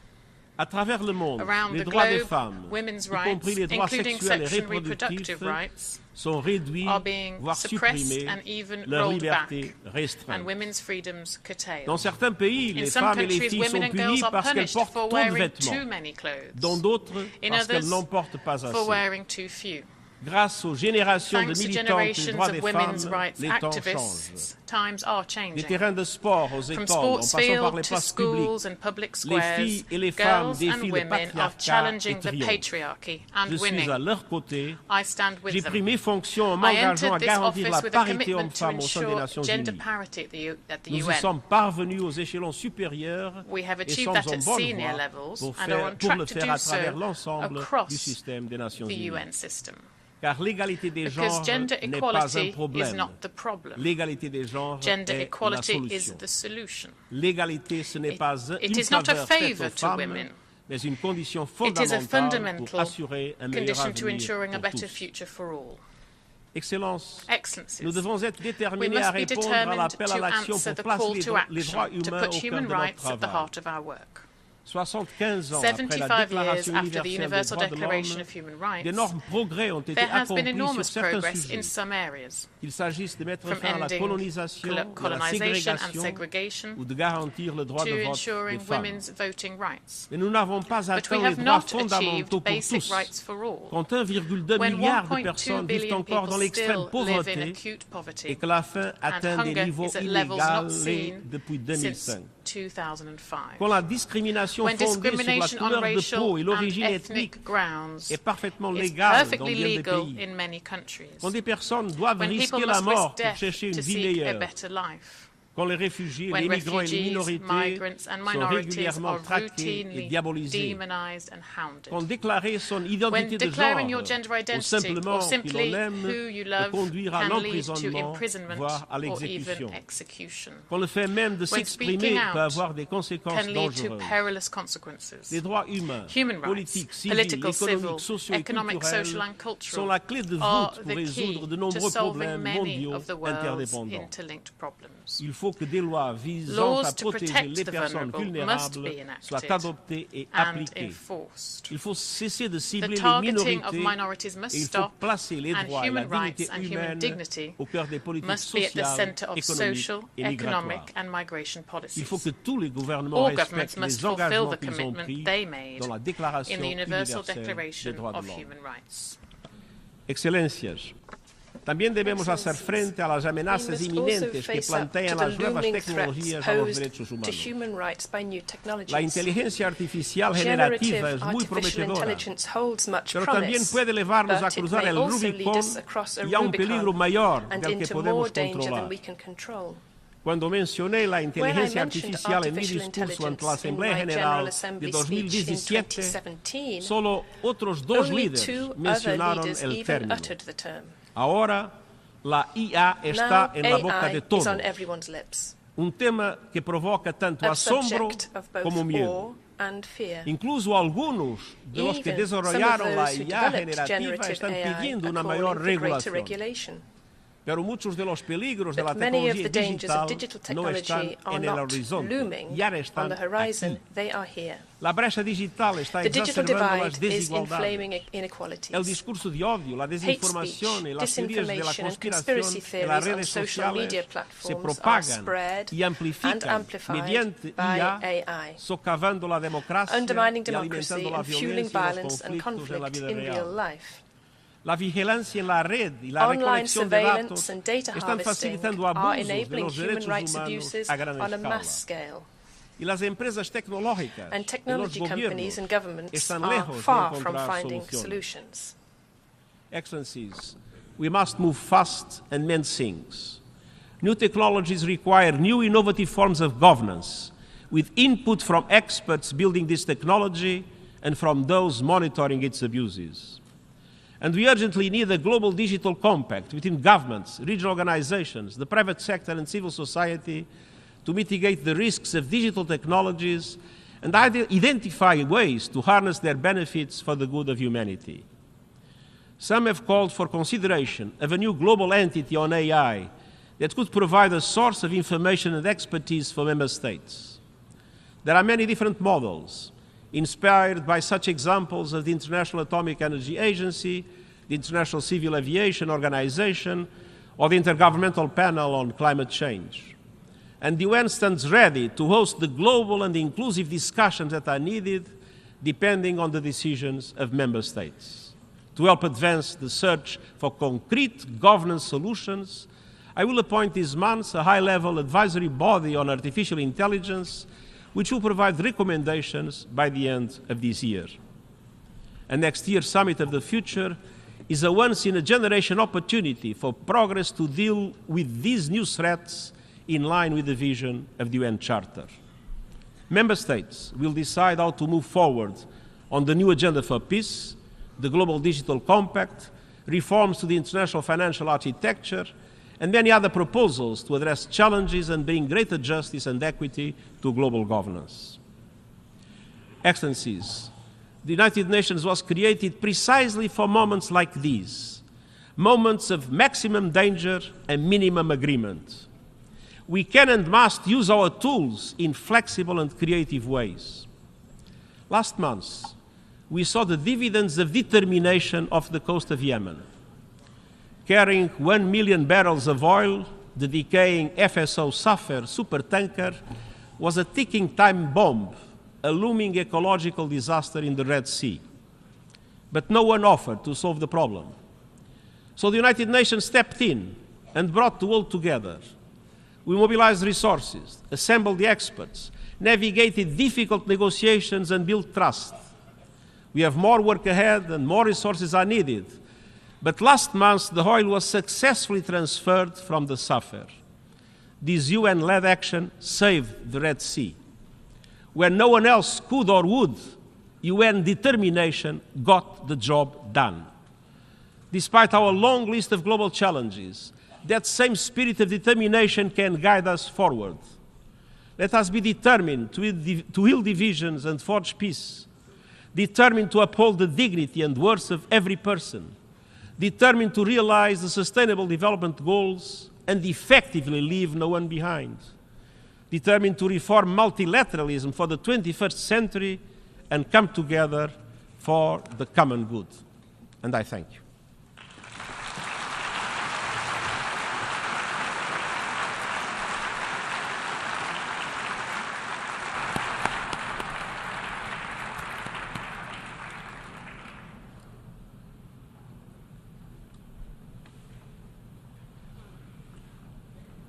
I thank the Secretary General.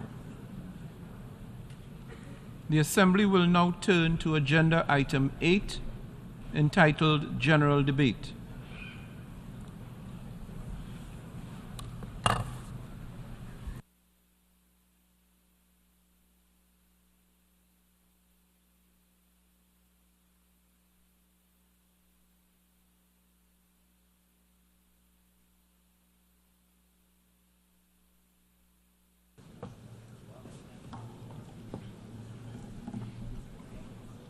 Excellencies, Heads of State and Government, Mr. Secretary General of the United Nations, Honorable Ministers, distinguished delegates, and all stakeholders here present. Good morning. It is my honor and privilege as President of the United Nations General Assembly to welcome you to this hall for the opening of the General Debate of the 78th session.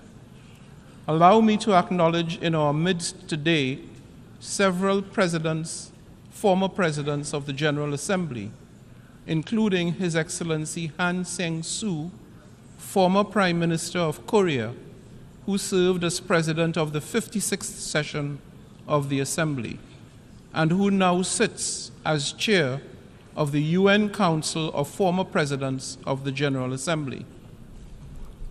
Together, this Assembly Hall and this rostrum stand as a living testament to multilateralism and to the extraordinary role and compelling influence of the United Nations over the 75 years of its existence. It is a unique and truly global platform for debate, dialogue, and problem solving through multilateral diplomacy. This year, our imperative is clear: to unite the nations, to be united in conviction of common purpose and in solidarity of joint action. Excellencies, such a common coordinated approach is needed now as much as at any point in our history. War, climate change, debt, energy and food crises, poverty and famine. These crises are directly impacting the lives and well-being of billions of people around the world.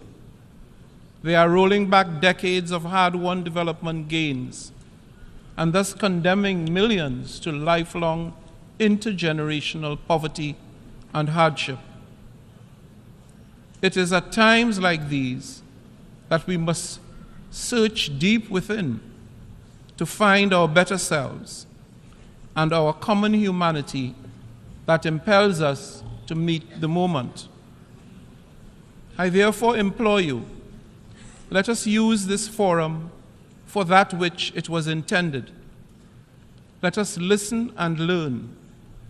Let us rebuild trust and reignite global solidarity. And let us find common ground to address the challenges we face. In the words of the late, great Madeleine Albright, if the UN did not exist, we would have to invent it. We are fortunate, therefore, that it does indeed exist. Let us therefore make full and effective use of this unparalleled resource. Excellencies, this message is all the more important in light of the continued violation of the territorial integrity and sovereignty of a fellow member of the United Nations, Ukraine. That horrendous war has unleashed untold suffering and destroyed countless families, communities, and lives. Its cascading impacts has also spooked many developing countries in far-flung corners of the globe, unleashing acute shortages of essential commodities, triggering food insecurity and volatility in energy prices. It has even revived the unconscionable threat of nuclear war. We all want this war to end. It is an affront to everything that this organization and the UN Charter stands for. We need just and sustainable peace in Ukraine and elsewhere in the world, in line with international law and with the UN Charter. Peace must also be given a chance in other parts of the globe, from Africa to the Middle East. With the adoption of the Agenda 2063, Africa spelled a clear path for the Africa we want, and the continent still has a great chance to cut a corner in consolidating democracy and good governance. But the resurgence of coups in Africa is a regressive step, and the root causes of such alarming trends must be carefully analyzed and addressed. I urge you, member states, to use this high-level week not to fan the flames of conflict and hostility, but instead to opt for dialogue and diplomacy. We must remember that peace is an investment in our collective prosperity. I call on leaders to come together, to abide by the Charter, and support efforts to deliver a peaceful resolution to the war. Excellencies, yesterday we began our high-level week with the SDG Summit. It offered a prime moment to take stock of our successes and failures in delivering the Sustainable Development Goals. Front and center with the fact that 1.2 billion people are living in multidimensional poverty as of 2022. While some progress has been made on the goals, the summit is being convened in a context where there have been unacceptable delays and rollbacks. Let me be clear, we do not have the luxury of excuses, nor are we absolved of our responsibilities. The onus is on us, collectively, to make up for the lost momentum and work much harder in the remaining 7 years to accelerate progress on that which we have promised to deliver. The commitment to action presented at the summit should therefore be the tailwind to regain lost ground and supercharge implementation. Excellencies, the SDG Summit was only the start of what is a full agenda during High-Level Week. It naturally interlinks with the General Assembly's high-level dialogue on financing for development, which is key to accelerating the financing impetus for the SDGs. The preparatory ministerial meeting for the Summit of the Future will help to launch the negotiations of the Pact of the Future, giving guidance on how to ensure that the United Nations is fit for purpose in the 21st century. It will give member states the opportunity to come together and to transform our shared future. We will also see 3 health-related high-level meetings on pandemic prevention, preparedness and response, universal health coverage, and on tuberculosis, all of which offer us opportunities to better the lives of our global citizens. And the Secretary General's Climate Action Summit offers a moment to build political ambition ahead of COP28 in November. Tomorrow, I will also join hands with several heads of state and government to convene a breakfast summit to address the existential threats posed by sea level rise, an issue of significant concern to small island developing states, especially those in the Pacific region. Excellencies, allow me to pause here and to reiterate my deepest condolences to the governments and people of Morocco and Libya.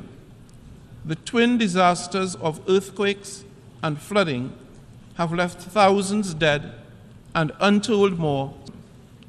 It is my sincere hope that resources and relief can be expedited to support all those who now find themselves in desperate need. As a citizen of a climate-vulnerable region, I urge member states to recognize the continued and escalating impacts of climate change and to deliver real transformative results. Let us work together to unlock the finances and resources required to support those most vulnerable in mitigation, adaptation, and resilience building. And let us continue to work on the multidimensional vulnerability index with the aim of moving beyond GDP to a measure of economic development that effectively captures a country's true vulnerability to external shocks. Excellencies, beyond the high-level week, this year we will commemorate the 75th anniversary of the Universal Declaration of Human Rights. This is an opportunity to rededicate ourselves to the principles enshrined in the Declaration and to remind ourselves that we are all born free and equal in dignity and in rights. As President of the 78th session, I am committed to championing vulnerable and marginalized groups, including indigenous peoples, peoples living with disabilities, and older persons. I have committed to ensure that we do not continue to neglect countries in special situations, and I intend to soon launch the high-level advisory group on LDCs, LLDCs, and SIDS. But first and foremost, we need to work for all women and girls who are appallingly still struggling for equality and respect. We must walk the talk on gender equality and women's empowerment. This means according women full, equal, and meaningful participation at every level. As an international gender champion myself, I'm strongly committed to promoting gender equality and women's empowerment, and I have appointed a special envoy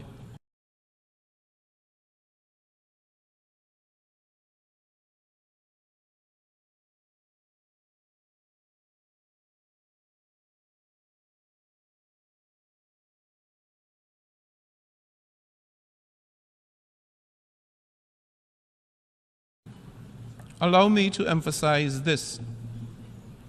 Despite the many and complex challenges we face, we do have the capacity to effect change, consequential change.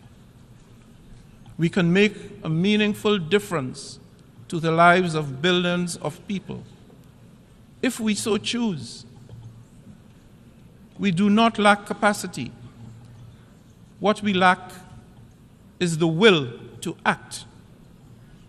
By putting aside our differences and bridging divides, we can deliver, we must deliver peace, progress, prosperity, and sustainability to everyone, everywhere.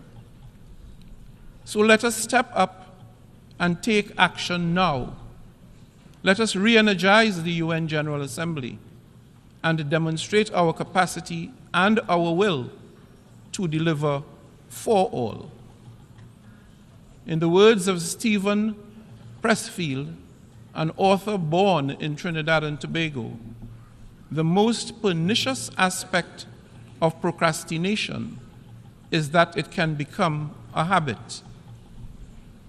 We don't just put off our lives today, we put them off till our deathbed. Never forget, this very moment we can change our lives.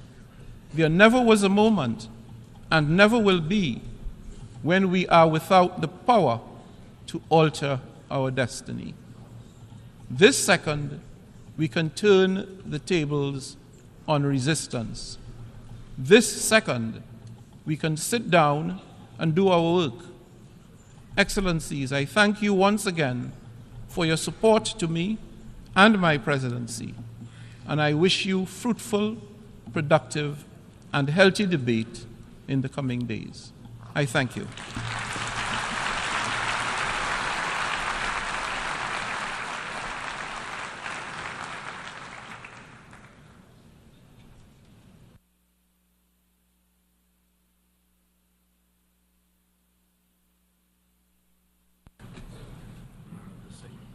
Thank you. Before giving the floor to the first speaker for this morning, I would like to remind members that the list of speakers for the general debate has been established on the agreed basis that statements should be no longer than 15 minutes to enable all speakers to be heard at a given meeting. Within this time frame, I would like to appeal to speakers to deliver their statements at a reasonable pace so that interpretation into the other official UN languages may be provided properly. I would also like to draw your attention to the decision taken by the General Assembly at previous sessions, namely that the practice of expressing congratulations inside the General Assembly Hall after a speech has been delivered is strongly discouraged. After delivering their statements from the rostrum, speakers are invited to exit the General Assembly Hall through room GA 200, located behind the rostrum, before returning to their seats. May I take it that the General Assembly agrees to proceed in this manner? It is so decided. Finally, I should like to draw the attention of members that during the general debate, official photographs of all the speakers are taken by the Department of Global Communications. Members interested in obtaining these photographs are requested to contact the Photo Library of the United Nations. The Assembly will hear an address by His Excellency Luis Inácio Lula da Silva, President of the Federative Republic of Brazil. I request protocol to escort His Excellency. On behalf of the General Assembly, I have the honor to welcome His Excellency Luis Inácio Lula da Silva, President of the Federative Republic of Brazil, and to invite him to address the Assembly.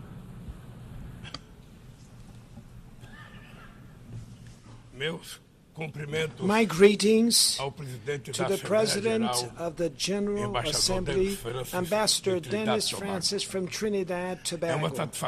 It's a great pleasure to be preceded by the United Nations Secretary General Antonio Guterres. I greet each of the heads of state and government and delegates present. I pay homage to our compatriot Sergio Vieira de Mello and 21 other employees of this organization, victims of the brutal attack in Baghdad 20 years ago. I also wish to express my condolences to the victims of the earthquake in Morocco and the storms that hit Libya. Like what happened recently in the state of Rio Grande do Sul in my country, these tragedies have claimed lives and caused irreparable losses. Our thoughts and prayers are with all the victims and their families.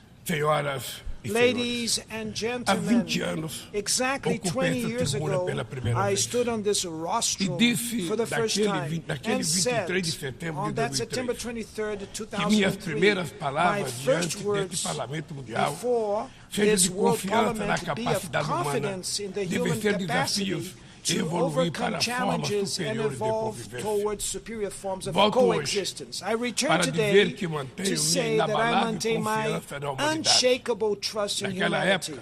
At that time, the world had not yet realized the severity of the climate crisis. Today, it knocks on our doors, destroys our homes, our cities, our countries, kills and imposes losses and suffering on our brothers, especially the poorest. Hunger, the central theme of my speech at this World Parliament 20 years ago, today affects 735 million human beings who will go to sleep tonight without knowing if they'll have anything to eat tomorrow. The world is increasingly unequal. The 10 richest billionaires have more wealth than the poorest 40% of humanity. The destiny of every child born on this planet seems to be decided while they're still in their mother's womb.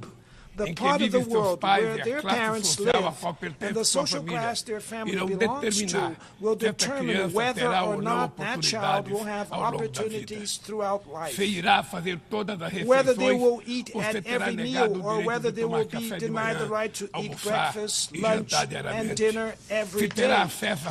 Whether they will have access to health care or whether they will fall to diseases that could have already been eradicated.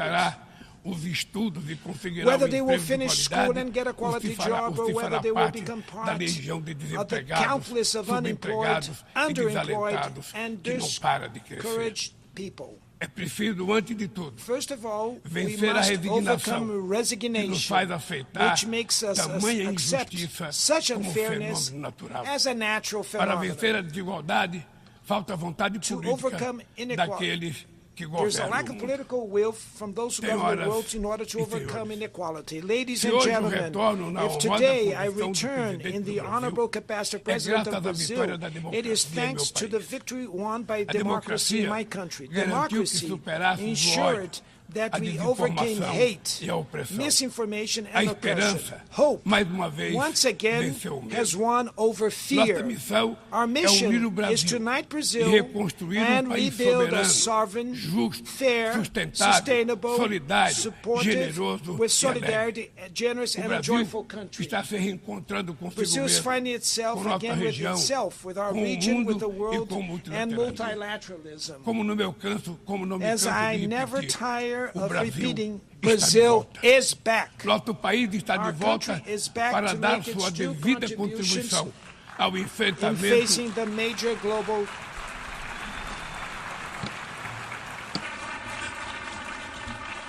Nosso país está de volta para dar is sua back devida to make its contribuição due ao contribution enfrentamento in dos facing the principais major desafios global globais. challenges.